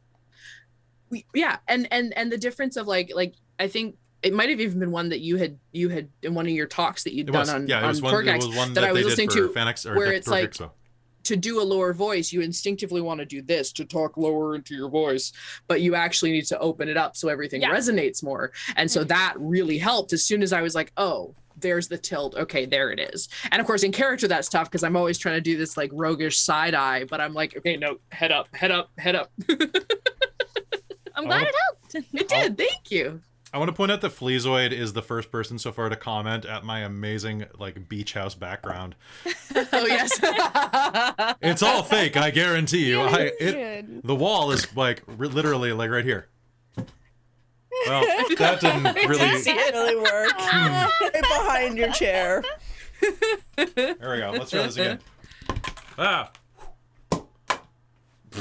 Yeah, there you go. Off camera. It's right there. It almost landed on the couch. It is on the couch. It's floating on the green screen. I mean, I'm wealthy. Patreon.com/dork. Yeah, exactly. My millions of dollars. Yeah, I'm gonna go. My next step is to go box people on YouTube. There you go. Yeah, no, I think I could take Matt Pat. He's wiry. I found the trick was to do a lot of like singing to warm up. Same. Especially singing with various registers. I had to try and sing deeper or sing higher. Mm-hmm. And then talking to Charlie, my dog, actually. I would talk to him in Wynn's voice. Like, oh, well, Charlie, are you really going to do that? And just talk to him that way. See, I just need a pet because I have no one to talk to. So I talk to my car a lot. Like when I'm driving to work, I'll talk to her. And it's expensive. It's a pet. She's a very expensive pet. But the sighing one I do for slipping into Ivy's voice, Hayden, and I realized I haven't been doing it as well, like for a bit, and then last night I did a ton of that before a game, and I noticed I was like, oh, I can get Ivy's voice back down to where she started with the hello doctor kind of. Well, I think that's one of the things as well is having a line. Yeah. Mm-hmm. You got that anchor really helps. Have a catchphrase. Well, until I got Wynn's one, I was like, I didn't really have it, but it was like, hi there, I'm Gwendolyn Shafra, but you can call me Wynn. Really got that voice accent, like just also the way she talks. I was just like, oh, there's Wynn. So little Aqua Girl in the chat pointed out that the deepest voice we heard so far was Mr. Witch. Holy shit, that was deep. That was me using Hayden's technique to get down that deep. So thank you again. I'm so glad it's worked. Thank Kathy Westluck. She is a goddess. I love her. Also, a little bit of imitating Michael Clark Duncan. Because that's just, you got to pretend you're Michael. You're just, I'm tired, boss. Just go down there and just like, but actually breathe yourself down there. But I almost went Patrick Warburton with Isaac. Oh yeah, okay. When you do the poison for Cusco's poison. I can only do Patrick Warburton out of one side of my mouth. Yeah. Yes, absolutely. Right? You have to. But no, like if I switch sides, I can't do it. Doesn't work. It doesn't. Watch. It's. Oh, the poison for. See, it sounds just like I'm somebody's dad. Like, the poison for Cusco. Cusco's poison. Right? That's way better. It's like, it's like, oh, that's hilarious. Everyone has a Patrick Warburton side. Exactly. I love having Patrick Warburton show up in games. Yes. All right. So, and did everybody go over their character inspiration? Yes. Okay. Any suggestions for when the players go over the rails? This is from Moriarty 8 to 862. Any suggestions for when players go over the rails in this module? For example, my players use Mage Hand Thaumaturgy and Prestidigitation to steal Witch's Watch after the big top extravaganza. Well, the module wants you to steal the watch. I mean, that's essentially what we did. Man. We just didn't use spells to do it. Yeah, I don't know how that goes super over the rails, but I mean, honestly, for this, if they're in the theme of the module and they're having fun and you're having fun, because you get, okay, DM, I need you to look at me. Your entertainment matters too. Okay, now that that's done, I'll put my glasses back on, and yeah, but dude, play the game for you too. But yeah, if they go off the rails, just like, you know, have fun with it as much as you can. And I don't know, it depends on how off the rails. I mean, that example, I'm not really sure, but what do you all think? Like, what would be a way to rein in some players if they do something kind of a little too crazy? You could always do some sort of Feywild, like if they're in hither already, you could have some sort of backlash, or you could have like, because as the module goes, however they play it is how their environment interacts with them, right? Mm. I guess that's a different example, but It's true. I mean, but like, you're right. Like, have the Feywild kind of enforce it. Have agreements. Yeah. Agreements are binding in Prismere, for example, or perhaps they have a destiny that they should fulfill. Be kind of loose on it. Don't like dictate what they have to do. But it's like, oh, well, Yeah. I mean, your destiny. You have a great destiny here.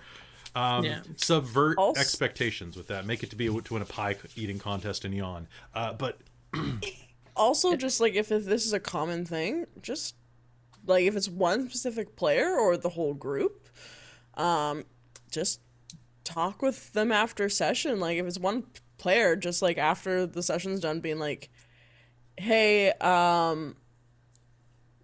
like it's great that you're having fun, but it seems like if this is constantly happening, it seems like you're purposely trying to trip me up or throw me off game. Like I'm not necessarily enjoying it.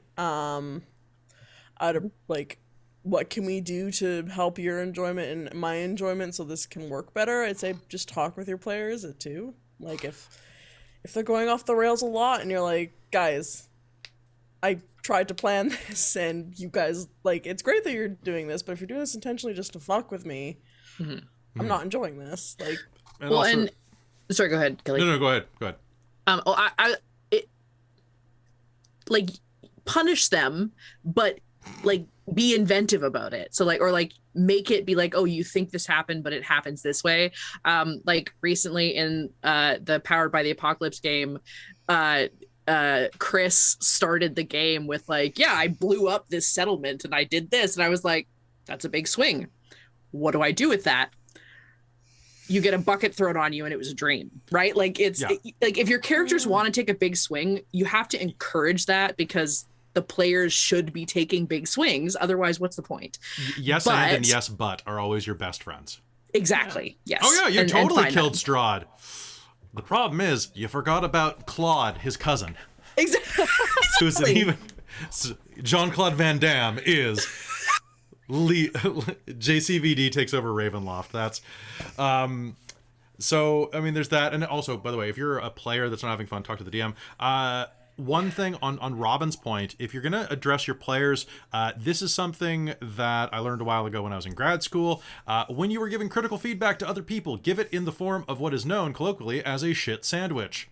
You take the insult and you put it in like two nice pieces of focaccia, like just beautiful. So you do something like, so say, Caitlin, for the sake of this, you're a murder hobo, okay? oh yeah, oh hell Okay, yeah, Caitlin. Holy Yeah. shit, you killed so many people this game. yes, that what was- I do. I know it's what you do. That was really cool. Thank you. Hey, seriously, like the way your stats and like the way you rolled was ridiculous. I love those dice that always seem to roll 20s. Right. Right there. Why do you keep asking to use my microwave on the breaks? So I was wondering, I think I'm having a little bit of trouble like getting the module running and like keeping us moving with the plot because people keep dying that have crucial information. Could we work out a way that maybe like I think that it would be even more badass if you only killed like big people. Like really like I mean, because right now you're not even getting a challenge out of this, you know? Yeah. You know, I guess I could use my dagger and say, "Tell me all your information, or I slit your throat." That's pretty badass. That's pretty badass. Yeah, I think that let's start with that, you know, and then maybe a little more talking. But because like seriously, you are terrifying, and like let the other players roleplay and have their fun, because when it comes down to it, like you and me know who's actually going to be kicking the ass when the time is right. Let them have their fun in the meanwhile, okay? Like seriously, give it to them in a way where you're giving them a positive, and then you're sliding it in, but then you end with a positive. Okay, that is the best way to give criticism to most people on creative endeavors, because our brains are not wired to process 3 things at once. And it's a way to hotwire and get them to agree with you. But also it dulls the impact, right? And this is a creative medium. People get sensitive. But yeah, honestly. If it's players just being kind of like insane as the player, that'll be hilarious. Let's do this really stupid thing. Right? Like, at some point it is kind of like, if everybody's doing it, kind of like sitting down, okay, what's the tone of the chronicle that you guys actually want to play here? Yep. Session zeros are critical for that. So at the that's the game where you just talk about what you want out of it. And ours is on screen. Like, you can go back and watch it and see like what we were talking about in the vibe and stuff like that. And it's super useful. Okay. Are there any things I should take note of? This is from Meepo the Red. Are there things I should keep note of when running Chapter 1 that make Chapter 2 feel more connected to the Carnival? How do I make the transition from the Carnival shenanigans to the Feywild campaign? I think that it already does it, but having things that... the Witchlight Monarch is one of the easiest techniques, or one of the easiest elements to bring across, because that means that the things that happened in the previous chapter do have ramifications. And of course, there are all of the other things that happen in the Carnival that do come forward and do help, that the character... I can't say anymore because it's a spoiler for the future, but I've got my story tracker for stuff you did in Chapter 1 that will have future implications. That is already written into the module, that stuff like that will happen. But my players keep surprising me in this module by remembering that they have all the cool crap that they earned at the Carnival to whip out to solve their problems for them. Because they're these many sticky notes. They're I still have wine. I have so many notes. And pixie dust. I still have pixie dust. I have pixie note, couple spider things, though. I have two, I think 6 minor illusion stuff that I could keep use. looking at it. Yeah. Not useful yet. I want to fly one day. But like, and the candy saved me for the tree blight. Yeah, there's very little healing inside of Prismere, like immediate healing items and things like that, and shops where you can buy them. Unless you're going to improv those in. I had Mr. Light in episode 3, I guess, 2 or 3, give everybody a candy, and it was... I'm gonna pull the screen back real quick and let you know something honestly. What do those candies do? Whatever I need them to do when you eat them. To make the game more fun. And if it's going to be to cast Revivify, then it's going to be cast Revivify, okay? Because getting one hit killed sucks. Yes. But honestly, like, if you don't want to play in a way that keeps the adventure moving forward in that way, it could literally be a turn. Like, if you're gonna have a player turnover, fine, cool. It turns Sassy into a bomb. Her corpse. You pop it in, and then she explodes and does 10d12 damage to the tree blight, and then rolls a new character or something like that. Like, you can, but. It's up to you. I would include something like that just to give them just to give you a few little bit of wiggle room on the plot. When you need something to happen, you've got a MacGuffin. You got like probably as many characters as you have worth of MacGuffins. And if you need them to turn into Spider-Man for an hour and to be able to climb mountains and stuff, you got it, right? So there is that. Other stuff that plays forward. I mean, honestly, like the echoes from the Witchlight Carnival are really good. Someone asked in our Discord that they wanted to seed. So you all heard that there were 2 carnivals that kind of met each other and then they traded hands. Well, in the Domain of Dread book, they talk more about the carnival that Mr. Witch and Mr. Light used to run. And someone in our Discord wanted to incorporate that carnival and was like, well, how would I do that? Because I want to flesh it out with more carnival stuff. And I'm like, fair enough. I would strongly suggest having it come out organically through things like the hags. So like right there, you had a moment inside of the hags where Isaac picked up something and it gave away a bunch of secrets about her sister. Why not have something like that is like a memento of the carnival that they kept, like the creepy carnival, or something like that. Like these hags are hoarders, man. You can do anything you want with their storerooms. My biggest regret in the entire module actually was that Isaac found a music box, and I didn't have a good thing for it because it was just a mundane music box. But the idea that it could not be, given where it was found, it could not be Sassy's thing. But my God, I wish I would have seen 5 minutes into the future, 5 minutes before. I would not have had that music box be there, and I would have had her item be a music box because it's a way better idea. And Christa, you seized on that, and I was so excited. And I'm like, I don't think it was even me. I think it was Hayden that was it? someone. So. Yeah, Was it? Hayden typed it into the I was like, chat. hey yo, is this Sassy's thing?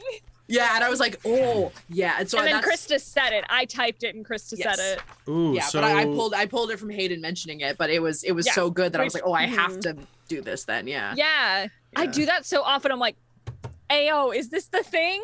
Is this the thing we're dealing with?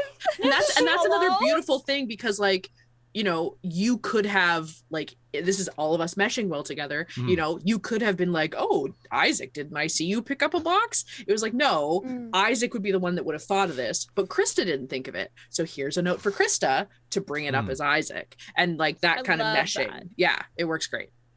So Sylvester Slays, who's our graphic designer in the chat, was asking, do you think we should have new like overlay frame designs for chapter 3? I'm not sure. So like this frame design is great and I really like it. I think this actually might fit next chapter better than it fit chapter 2 because chapter 2 was very much boggy, right? So this is an image from chapter 3 right now. Oh, right, yes. Right? So like this is just like the chapter title page. I think this blends into the background really well. If you want to mix the colors up a tiny bit and make it a little more bluey or yellowy maybe, could be good. And then the next chapter is very much like very mountainous and a little bit threatening, a little bit anyway. So it's up to you. I'm fine with anything. This one works really well for the entire time in the Feywild, in my opinion. But if you want to do extra work, dude, like your stuff always looks good. So up to you. I need it by like Monday. So but I'll send you some photos of what this chapter the vibe is of the next chapter and the one after that and the one after that. But I think this looks really solid. Like our stuff looks great. My only regret about the visual layout, sorry podcast listeners, is that we didn't get as much time with the carnival look because the carnival look was so good. So good. It was really good. This is really good too. But man, I love the carnival look. It speaks to me on a deep level. Okay, so other questions. Let's see. The things to keep note of that make. I think just like do that. Another one from Meepo. Was it hard to get the party going in the right direction when they were thrown into Prismere, even if only a few characters had lost items in that section? I'm running this module with a large group, and I'm nervous to focus attention only on 1/3 of the players and their lost thing. I mean, Lothian's thing happened, and this wasn't even her section. No. Yeah. I mean, like Nico honestly, got stuff sprinkled throughout as well. Yeah. I think that's the thing is sprinkle things, even though there's going to be focus on other characters and that's where they're going to get their things. Find places to sprinkle things for other characters so then everyone can feel included. This is true. Also, I Well, feel even, like like- it wasn't the goal of it. Like we were pretty much going around and helping people was kind of more the vibe and trying to fix the area versus like Isaac and Sassy's thing. That was kind of like we knew we had to go find the hag, but then it was like, okay, what can we do on our way to It's a find the hag bonus. kind of thing. Yeah. Well, I mean, that's the thing is in the overarching, the reason to be in Hither is to get your things back from Bavlorna. But also, However, that's like the end game of this section. It's not the whole game. So like, honestly, like all through the other parts, it's not the focus. It's the goal, but it's not the focus. it's the reward for going along with the story. Really, it's it's the magic items you find along the way, and the friends too. But the goal is to save Prismere from whatever is threatening it, right? And this is something that you get along the way. But it's absolutely what was said a second ago is things like the random encounters are fantastic. So there are 8 random encounters in Hither. They are the Abandoned Raft, where you find an abandoned raft. That's literally it. You guys found that. The Gushing Well, where there's a well that erupts water and it keeps causing problems. And that's where you found the Will-O-Wisps, who have a bunch of items, a bunch of trinkets that you randomly roll up, that are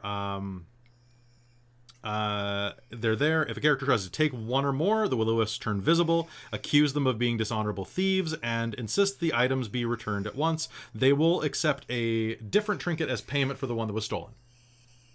Have something like that. Have something like, if they have Feywild background info, like if you have like a Fey character or a Witchlight hand or something, like have something meaningful.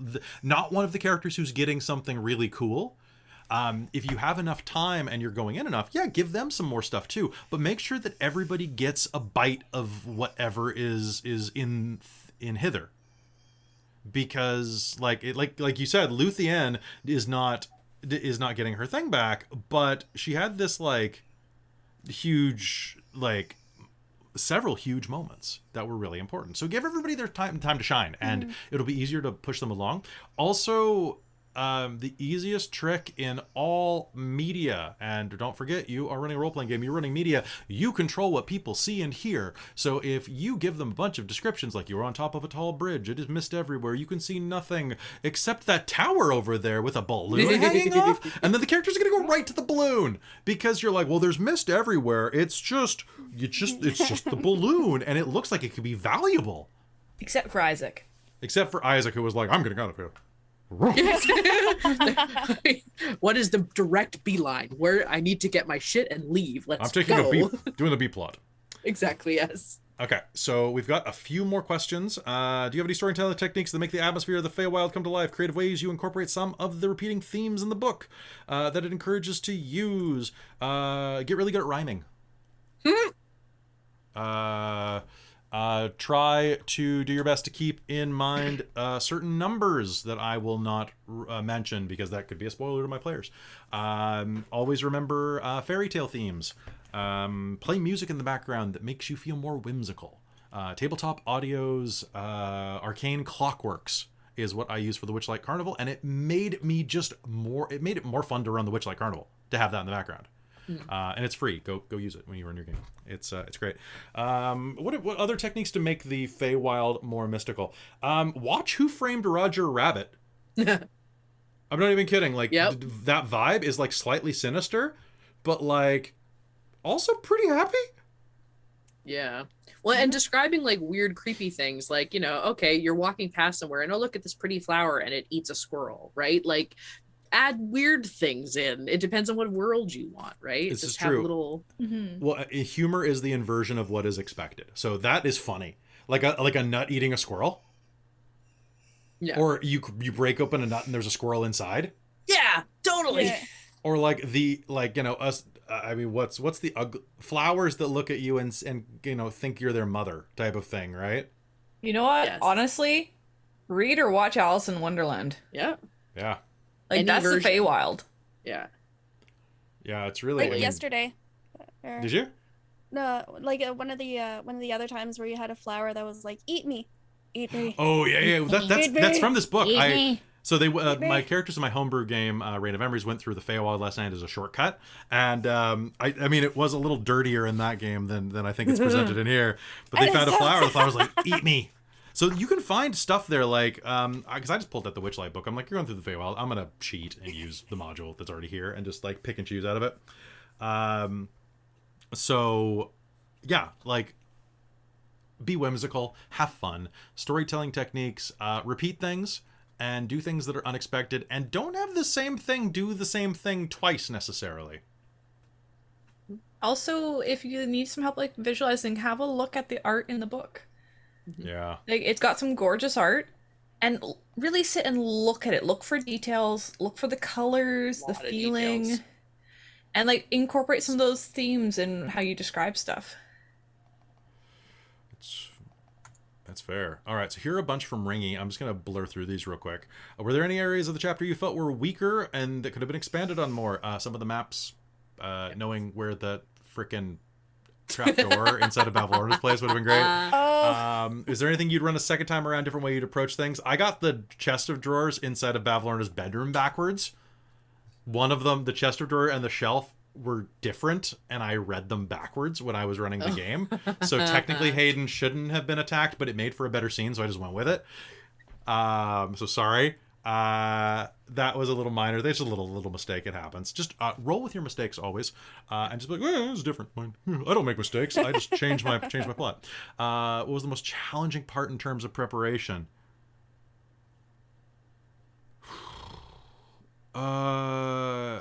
Remembering all of the damn voices. That was a big one. Bavlorna's hut was like pretty complex. It's like her house is like 3 levels. It's got a decent amount of prep you'll need to keep an eye on. The best way to get through Downfall is it's kind of a hard thing to explain to your players if they can't see the maps, or because you have to have everything obscured with fog. If you're using digital maps, it's really technical to allow them to see it. I think that honestly the thing that stressed me out the most was the Agdon Longscarf fight going into that, because I wanted to do it right, and then they KO'd him immediately, of course, because I prepped for it.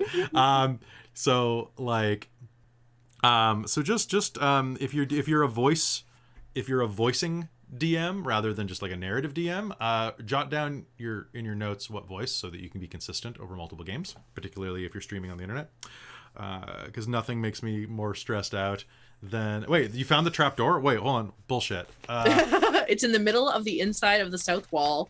There's one square with vertical wood grain instead of horizontal. Are you kidding? Hold on, I'm looking at this. Oh no. I call shenanigans on this. Oh, son of a bitch! Well, wait! Alright. I'm gonna just call attention to this real quick. It's nothing to do with this, but I think this is really cool because the first time I've seen it. What? There's a staff person in our chat, in our users in chat right now. Staff person from what? Well, they're labeled staff. I think that means they're Twitch staff. Oh, hey, Twitch. How's it going? Hi! No, so vertical. No, because that's the thing you're looking at you're looking at B1 is that goes down to D12, so that goes to the meat locker.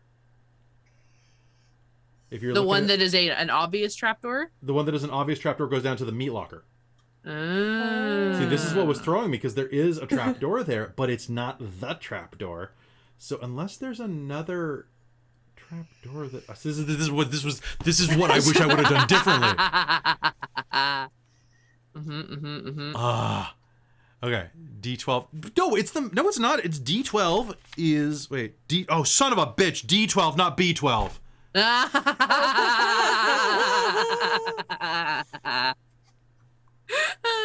We love you, Kelly. It's, to be fair, it's real small. To be fair. To be fair. Son of a bitch. All right. So there we go. That's what I would do differently. I would learn to read. I would make sure that I got the D next time I ran this, and not the D. Is there a different way I would approach things? I mean, pick and choose. I'd do Agdon a little differently from I'd run the combat a little differently. I loved Agdon, honestly. He was so irritatingly bravado, and then immediately went to whining and whinging once he got caught. Yeah. It's very good. When your DM is half done, I'm full dumb. The useful clover. Step up, bro.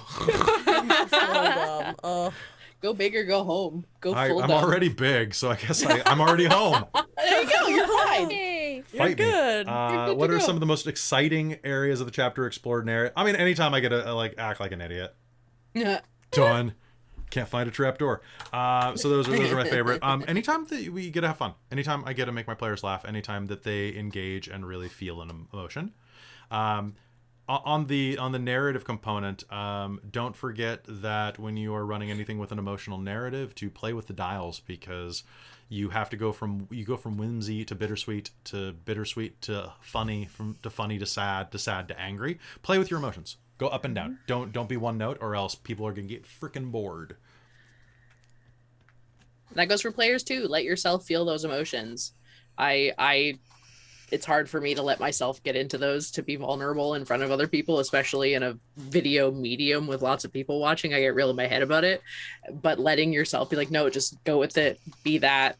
The best scenes I've ever had have been on Dork Tales, and it's been when I've just said screw it and got into shouting matches with people and like just absolutely giving in. Is it easier with the prosthetic on?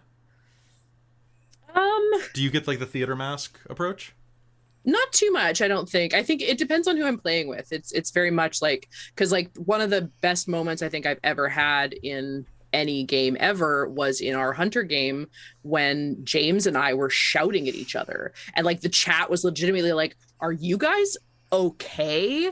And like actually thought we were mad. And like, thank God Taryn was in the chat, who was like, no, Christa gets quiet when she gets mad, so this isn't real anger. No, it was great. It was great. You guys were exploding at each other. Yeah, and it was like at the end of it was like I had to like decompress, but I felt so good about it. Like having those moments where you can just like let yourself go is incredible. On that, we actually had someone is rewatching or watching through Rime of the Frostmaiden. One of our new Discord and one of our new patrons is going through Rime of the Frostmaiden, and commented on the Cave of the Berserkers episode today, and said they were crying and yelling in their car while they were listening to that episode. And if you remember correctly, this is the episode y'all might have killed each other in that episode, and it was literally everyone in the cast screaming and yelling at each other. After 17 episodes of like being friends, they had a huge falling out and like wandered into a blizzard to get away from each other. And it was That was the time where I had to be in chat like, okay guys, stop asking me how I am. Like, shut the fuck up. I'm gonna cry. Stop asking me. After that game, Callie's on edge and Christine's gonna cry, so stop it. Yeah, that was a absolutely. minimum like half hour decompression after game of just like, like I have that. I think I still have those. I think it was really good for bringing Robin in too, because like Robin was a fairly new role player at that point and hadn't been in one of those situations before. That was my first. Well, but that kind of helped you open up to the rest of the cast and like realize like, oh no, we're really getting into this and having fun, right? So That's the only thing I find difficult about streaming games, is because we've done that before in like games that we did not stream before you did streaming, where whatever, like you're just among friends, nobody's watching, you don't have to immediately turn back into anything else and like for the character, because once I start crying, I can't stop. I am an emotional person, and if I am pissed off, I will be crying. If I am upset, I'll be crying. If I'm like mildly irritated, I'll be crying. Yeah. And if you're can't crying, prevent it. you'll be not. It's weird. It's like the one time you're not crying. So the problem is I don't want it to happen on the stream though, because like I have quite a makeup look on or a lot of stuff, and then I don't want tear tracks through it.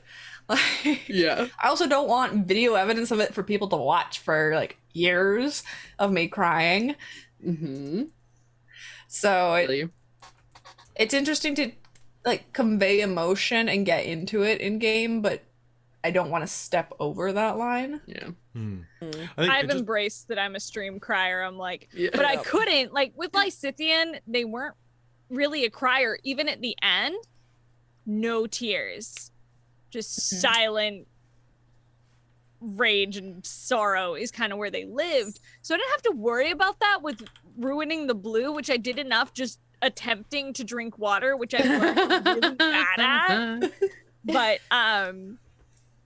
I've accepted that I'm a stream crier and letting myself cry in character, and I'm like, if I'm gonna start crying and not stop, cool, because I'm so the same way, Christine. I'm like, once I start, that's me. That's where I'm at. Normally, like, I can, for the most part, I'm not that invested in how my character's feeling, so I can kind of portray being upset without, like, actually having it trigger my own crying. Yeah.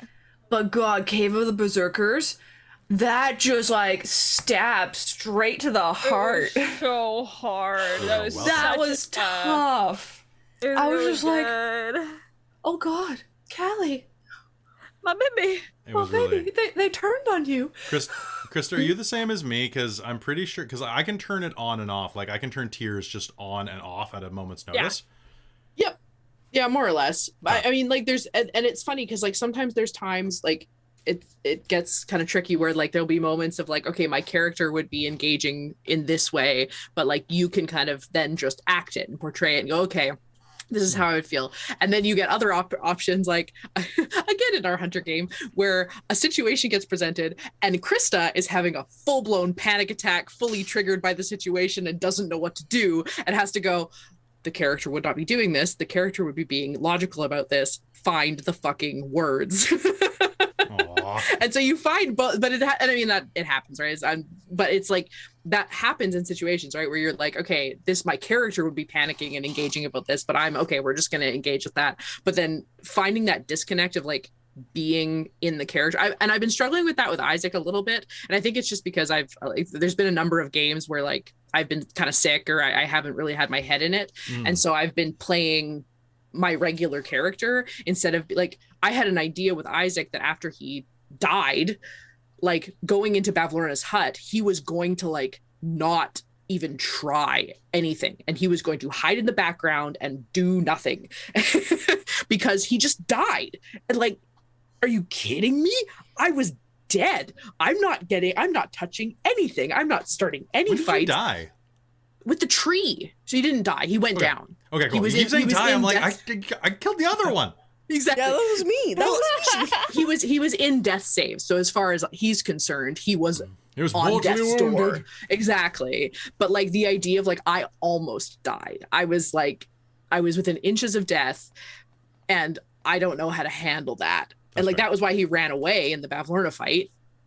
But then situations came up where, like, he jumped onto the blob, and I was like, that's a cool thing to do. Ha ha ha. And then I was like, I'm sorry it didn't succeed. It was so good. Oh, it's fine. But, like, as I was saying it, and I've been, like, thinking about it for, like, everybody's turns, and I was like, Isaac wouldn't have done this. He's just on the, like, this isn't the character I wanted, but oh well, I'm in it now, I guess. I mean, but the thing is, I think that's one thing about playing a character. Like, when you do something that doesn't necessarily fit what the character would do, or what you think they would do, embrace it. People do things that they don't understand all the time. Yeah. How many times in your own life have you done something that you're like, why the fuck did I just do the that? rap battle. Yeah, That's literally, that was my thing. I was like, oh shit, Sassy wouldn't actually do this. Yeah. But Robin wanted to get in a rap battle with Kelly.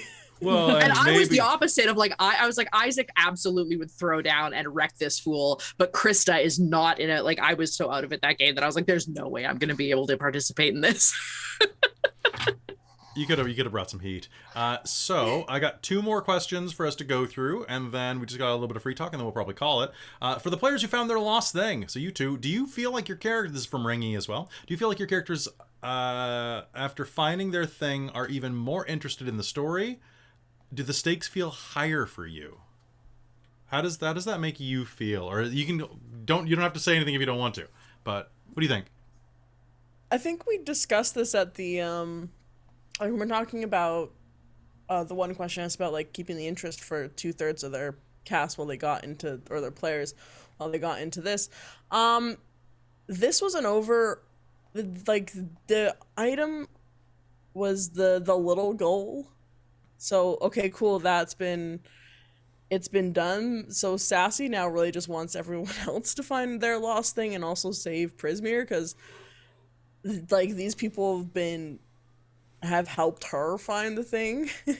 So in my opinion, Sassy is the same or more invested in this because she is learning to kind of be more selfless from this. So for me, that's kind of that's my answer. Yeah. Well, and I kind of like Isaac, as in his old status. I'm sure like he was planning like, oh, sick, we landed in the realm of Bavlorna. That's where my thing is. I'm gonna get my height back. It's absolutely the vainest thing in existence, and just dip and be like, yeah, okay, I'm good now, bye. Right. But now he's kind of like, he could have just ran. The chat is wondering how you will roleplay your newly gained height. If I could make my voice lower, I would make it lower. Make it higher because you're higher up. Oh, there you go. Yeah. There's less altitude, or there's less oxygen up here. Yeah. Isaac, did we just worm our way into your heart? No, never. Absolutely, but he won't admit it. And I think it's interesting because I think this is the fact that he even ran with them is like he keeps surprising. Like you said, like characters do things that don't make sense, and the fact that he ran with them and is now in an air balloon going to a different section to do more good for other people that don't mean anything to him is very like, oh, okay. And he's got some fun backstory that like this is the person he didn't want to be. He didn't want to be a hero, and now it's like, oh shit, okay, yeah, I guess we're there. Mm-hmm. Turns out we matter after all. Exactly. Right. So the last question from Ringy is, lastly, how do you feel your characters have bonded or grown with their fellow party members since the start of the campaign? Any friendships or bonds that would have initially have surprised you? Do you feel they fully trust the party or still have some slight reservations? I feel like we kind of touched on a lot of that, but the part of that that really jumps out at me is any friendships or bonds that surprise you.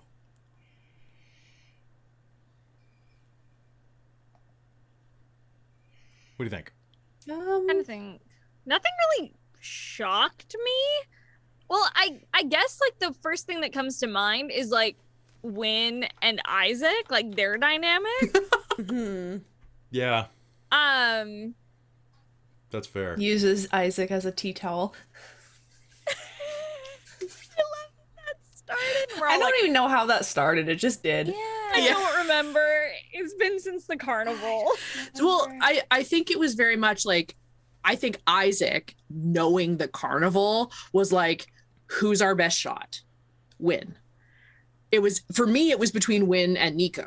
And I was like, okay, one of these two is going to be the one that brings the most joy. Because I was like, okay, we have Luthien, like calm, collected, going to be very useful in making things happen, but isn't going to be the face of this. And same with Sarcyra, like very clearly very charismatic and gorgeous and like talented, but not the joy. Whereas Nico and Wynn brought that joy. And Nico's the chaos. Yeah. And Nico's then Wynn is very whimsy. Chaos. Yes.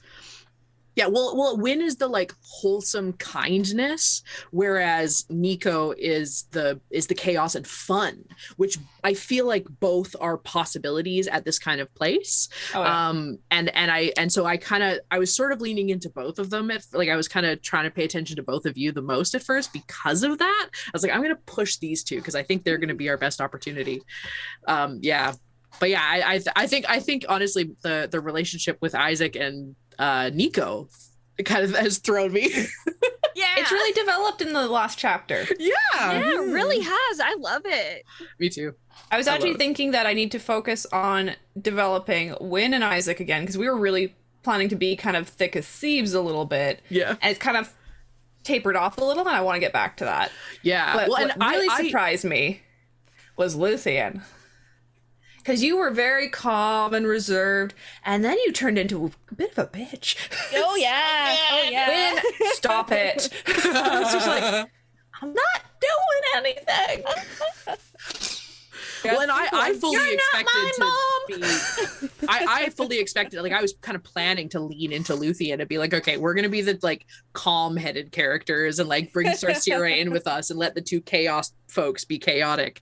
But I feel like we've kind of gone in, like we're keeping either end in that kind of way. Mm-hmm. Yeah. Everybody's way different than I thought they would be. It's good.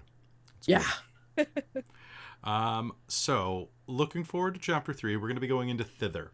Now, what I'd like to tell you about Thither is that we are going to be getting even deeper into the fairy tales. In fact, the more this module goes in, the deeper into fairy tale vibe this goes. With no spoilers, this is a very foresty area. So, if you think of any forest-related fairy tales, there might be something in here. And if not, I might add some extra ones. And as the module goes on, there's so much good stuff here. And I'm really looking forward to having more of Prismere's atmosphere really kind of affect y'all. I think it's going to be a lot of fun. I guess I know what I'm going to do this weekend is pull out all my old fairy tale books that I spent most of my childhood reading and rereading over and over again and reread them. Heck yeah. Yeah. Nice. Does anybody have anything they want to say about the module that they like, didn't like, or that they want to see more of? As I have one final thing to say before we call it. You guys are all awesome, and I love playing with you. Yeah, Right. this has been great. I mean, hell, throw more whimsy in it. That it's just so different from most D&D games that... I hope Wizards does more stuff that's not necessarily this tone, but this different in the future. Yeah. Yeah. This has been really, really fun. I really am looking forward to Strixhaven eventually, because that looks like it could be some cool stuff. I'm really looking forward to Call of the Netherdeep when we do that. It'll be completely different because it's written by a completely different team. I hope that whatever comes out in September that takes over this slot is going to be a lot of fun too. I hope they go somewhere brand new or weird with it. And I think it might be like space. It might be Starjammer or whatever. Like that's the vibe I'm getting. I think so far, I think this is probably going to be the game where I really miss this character. Yeah. It's like, I enjoyed Callie, but I was fine with being done at the end of Rhyme and not playing her again. Yeah. But Wynn is just like, I think I'm really going to miss this because I don't see this campaign ever dragging like Rhyme did in the end. Yeah, the ending of Rhyme is a bit rocky. I need to make that video of how to fix Rhyme. It's gonna be a lot of fun. Last question I have for you folks. You ready? What'd you do with Speedy? The snail? Oh no! He's tied up! I don't know. Oh, Yeah, no. we left him. Our Speedy. He's the big bad evil guy. Broken. You left him. I've had so many comments that are like, "What happened to Speedy? What happened to Speedy? We're Where's dumb Speedy?" fucks and we forgot Speedy. We're not. We've That's never. what it comes down to. But we couldn't put Speedy in the hot air balloon. He was too We were big. cheesing He's it. too big. Yeah. He's a snack for Bavlorna, I guess. Escargot. It's a All giant. right, I think you guys are going to have to bring this up in character because Wynn is just going to be like, You look down. He's. Fakecaster just asked if I had a blink dog, but I think he stayed at the He stayed. So my blink dog friend. he'll show up in the epilogue for sure if you survive. Huzzah! But there's a thing for the background, like you get a companion, but it's weird. He specifically, or they whatever you get does not, by the rules, follow you into the Feywild. And I think that's kind of a wasted opportunity. We agreed that when you rolled the old blink dog that it probably wouldn't go, but like. Yeah, because he can't. I mean, really, an old blink dog isn't going to be terribly useful, but still, it would have been nice to have him. Because your I love carnival a good companions familiar. could have been an old cantankerous witchlight hand, a young impressionable witchlight hand. You could have just gotten like a Dirk, for those of you who know that reference. A performer, like an acrobat or a musician, a retired performer, a seasoned animal trainer, an old blink dog, a cheery sprite, or a harmless magical wisp of light, no stat block required, that has a flying speed of 30 feet, can hover, sheds bright light in a 5-foot radius, and dim light for an additional 5 feet. Honestly, give them that one if you want to do that, and just have it follow them into the Feywild, because then they have a light source. hey, listen. Why are people worried about Isaac's sex life? Because We'll see. I don't know. 'Cause It's how he gets allies. If he asks nicely. well, there's always That would be hysterical. Well, there's Oh always my Lady Nightshade. God. Yes. Oh my God. Granny Nightshade. Just bored on watch. Like, Ayo, Ooh, That's I how we found- all die. That's how we all die. That's how we all die. You We guys missed are all the assassin banging. coming in. How would they know? We're like, we're busy. Oh my god, I found Oh my Robin's God. favorite picture. What? I can't show you. It's a spoiler for chapter 4. Oh, Oh. no! You Everyone but- tease me like this. It's true. Actually, I was looking for images for potential booty calls for Isaac, and there are a few. He's pan. It can be whatever gender identity is there. Okay, I'm pretty sure that you're not interested in like this goblin dude. Probably not. Maybe he has a great personality. You know what? You know what? He's That's funny. what it means. That makes people's pants fall off in my experience. Exactly. Oink oink, girl, now you're mine. Make him laugh like a piggy. Gotta love that meme. So hopefully that was useful in answering some questions about how to run Chapter 2. We answered a lot of questions that people left, but honestly, my quickest advice is, of course, as always, read everything. Find the few elements inside of Chapter 2 that need to remain intact. For one, where the items are. What is happening with the Darklings. Make sure to get them that thing that they need that I can't say right now, but make sure they get it. You know what I'm talking about if you're running it. Just make sure they get it. Make it happen. Make it happen. Because it's going to make your life way easier in future chapters. Sorry, I could say it, but y'all are here. And let yourself get a little silly with it, because if you get silly now, it's going to be more effective if you get serious later. Yeah. But also get serious now and get silly later. Like, be sure to give your characters chances to shine, give them a lot of things, and do everything you can to tie in any backstories that your characters give you, or just little elements. Because remember, when your characters are giving you backstory, it does not have to be something immense like, my family was slaughtered by orcs in a village. My village, Greenbow, was once the most luxurious, wonderful apple-producing region of... And now I can't even look at an apple for fear of thinking of my dead wife and children. Like, that's not... It could be honestly like, hey, you've been a Witchlight hand for 20 years now because you ran away from your dead wife and kids. What's your favorite food? Like, because you traveled to other dimensions. Maybe you really got a taste for, like, instant ramen noodles, and they grow out of the bog right there. Boom, character detail right there. Never forget that your characters are people, and the characters in your games, they like things that their characters might not assume. And if you give them an opportunity to bend, you get surprised. When the giant, tough, 8-foot-tall Goliath is like, cotton candy is my favorite food. Right? Oh, it's mine too. I never had any as a kid. Here, you want some more? Yes, I think I will. The moment that you can get the orc to admit that friendship is magic, do it.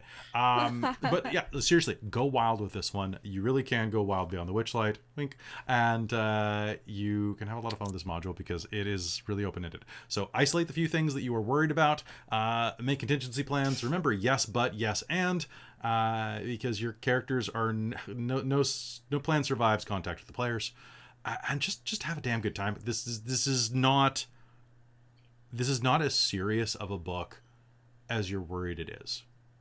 And so long as you remember that fairy tales are very meandering things, you can always get them back on the right path. It's not that hard. Trust me. You can do it. We believe in you. So yeah. Was there any last thing, guys? Not that I can think of. Yeah. Well, just Big have loves. fun. Big loves. So we are going to be back next week here with a normal episode here on Monday night with Wild Beyond the Witchlight. We hope you will tune into that. Hayden, you'll be back in LA, which will be fantastic. I will be back in LA. I'll have kind of a half costume going on because my packages might not be there and my wig and ears are in a box, but I'll have like my dress and everything so I can do my hair and all that. But I won't have like all my makeup, but thankfully in LA I have like a crap load of other stuff. Nice. So It'll be fine. Like if you're a little less costume for one episode, we'll just say like wrap a blanket around yourself. I had Hello Kitty ears for one episode. It's fine. Yep, life happens. We do our best to bring it, but I forgot about that. sometimes we don't If you give me permission to be a blanket burrito one episode, I'm just gonna be like, oh no, my clothes aren't here. I'm in a blanket. Isaac, what did you do to her clothes? Oh no! Nothing. Why does everyone blame me? Oh no! I threw them out. I have to be in a blanket. I want Like to a rust think- monster, but for fabric. Yeah, right. Yep. You know that you have to be a very special type of DM to run that monster and not be a creep. Oh boy. Oh True. boy. Again, very high level of trust with your players. Very high level of Just, trust. you're just fighting Mothman, and he just eats your clothes. If you do something like that, like we had a comment on an early Witchlight episode today that was like, if you need warnings in front of your games, you're too soft and to live or something like that. It's like, for one, everything was spelled wrong. But for two, which when you're trying to make a proclamation like that and you can't, like, you don't know you're yours, it just doesn't work for me. But like stuff like that is ridiculous because it's like, yeah, it's a game, but like that's to prevent people from being creepos. I've been in so many games with creepy people and people who have done things that have been just like real crap. And you just respect each other, guys. Like seriously, it's not that big of a deal. Anyway, no step, Isaac. What are you doing? Oh god damn it! You also this Isaac Oni-chan. No, Isaac Oni-chan. I got called Daddy last game. Now I'm getting this. Oh, fuck. Oh man. So Isaac What he a is, he's little a daddy. caddy. He's hot. He's a Isaac's daddy. really hot. it's true. It was I'm with not that gonna mustache lie. wax. Yeah, I know. It was funny when we got a comment on one of the episodes about Wynn twirling her hair. Not sure if it was like actually like a character decision or just mindless. It's mindless because my wig gets tangled. Yeah, exactly. Shh, no, it's a character thing. It's deep. It's deep. You're going method. So, hey, folks, that's going to be it for this episode of How to Run Chapter 2. Hope you enjoyed that. There's going to be a lot more content like this coming out of Dork Tales soon. Quick reminder that if you want to see other content that we do, we have a couple of games this week. On Wednesday, we have hopefully the final return of the Shards of Nirn, our epic ongoing campaign that's in its 4th season. It'll be a lot of fun. Mage the Ascension, the Victorian Age, returns on Saturday, which is going to be a hell of a lot of fun. And Are you also, ready to reteach me how to play Mage? I am. Saturday morning, the delayed for Bassick Park will be running, if I'm not mistaken. So Christa's Extra Life game, it's still going. And Caitlin. Caitlin's in that one, and Chris and Jacob and a couple of others. Fantastic. And Breck is back. We'll be back here on Monday, and then next Tuesday, the 18th, is the start of a brand new homebrew campaign set in the province of Exelar.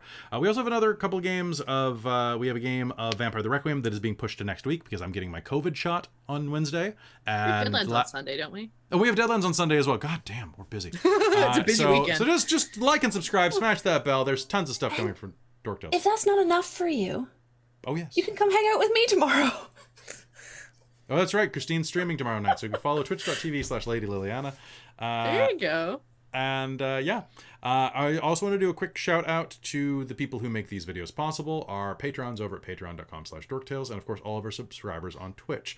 I want to quickly thank DM Mike, as well as Shulton and Jade for being my divine producers, Nakra for being my demonic producer, and Taryn and Buddy for being my princes of the Patreon. If you want to help and support this channel and help it grow, as this is my job, and you got a couple bucks to toss a coin to a Witcher, go ahead to patreon.com/dorktales, where $5 a month gets you a behind-the-scene podcast, and higher tiers than that get you the ability to influence the game in ways that are pretty damn big. You'll find out. Watch XLR. That's all Soul's fault. Yeah, with that, a couple bucks is just nice, but you know, the podcast is kind of what you want. You also get your name at the end of the YouTube videos and read off at the end of the Patreon, which at the end of the podcast, which takes me for freaking ever. And with that, I think that's it for tonight. Thank you so much, y'all are wonderful. I love all of you players. We love you too. Love you too. You're wonderful and do an incredible job, and none of us would be Yay. here without you. Yep. It's thank you. Would you like to come to my beach house? Yes. Yes. Yes, actually. Yes, please. There's got to be at least like 6 bedrooms, right? Right. Yeah. Why would we need 6? One big bed. One big bed. One big. It does this. No, the floor of this room is a bed. It's a 30 by 30 bed. It opens up like those pools in old gymnasiums. Just like a red light going. Yeah, exactly. Incoming bed. Incoming bed. Then it's got like the Evangelion music. The dun dun dun dun dun. And then just slowly rises up to meet the like instep of it. So it's just See, the problem with that is I've watched too much horror stuff. You're gonna. But I could just like see it like you're in it and it starts going back down again and sliding back up. Yeah. On this bed, nothing goes back down. Wait. Wait, no. No, yes, maybe. No. Anyway, hey, folks, that's going to be it for us tonight. We will see you next time. And from all of us to all of you. That was a great squeak. We love you. We love you very much. Hayden, please have a safe trip. Yes. I'll let you guys know when I'm home safe and all that. Yes, good. please. Cannot wait to see the smile on your face in that photo. And be losing It's- my mind. I'm actually getting a little teary because you've been so. This has been such a long process for you. I'm so It's happy. been a really long year. Also, my COVID test came back. I'm negative, so cool. I can fly tomorrow. I like just got it like just now. Nice. Which That's- I think when you get there, we need all of the animal pictures. That's true. Yes. Did Like I we not? need to see like how excited your babies are. Post them in I'm the Discord. gonna have to find the video of when I reunited with Ryuji last month. There's a video? I will have to I'll get Ale to send it to me again. Because I was weeping sitting on the floor and he didn't know what to do with himself. It was like, you know those videos of like army dads coming home? Yeah. Yeah. It was that. It was Ryuji and I just like, Nice. I'll get Ale to send me that video. Nice. Amazing. All right, so Yeah. folks, we're gonna Anywho, call it here. Have a fantastic night. We love you very much. See you next week, or maybe sooner. Bye. Bye.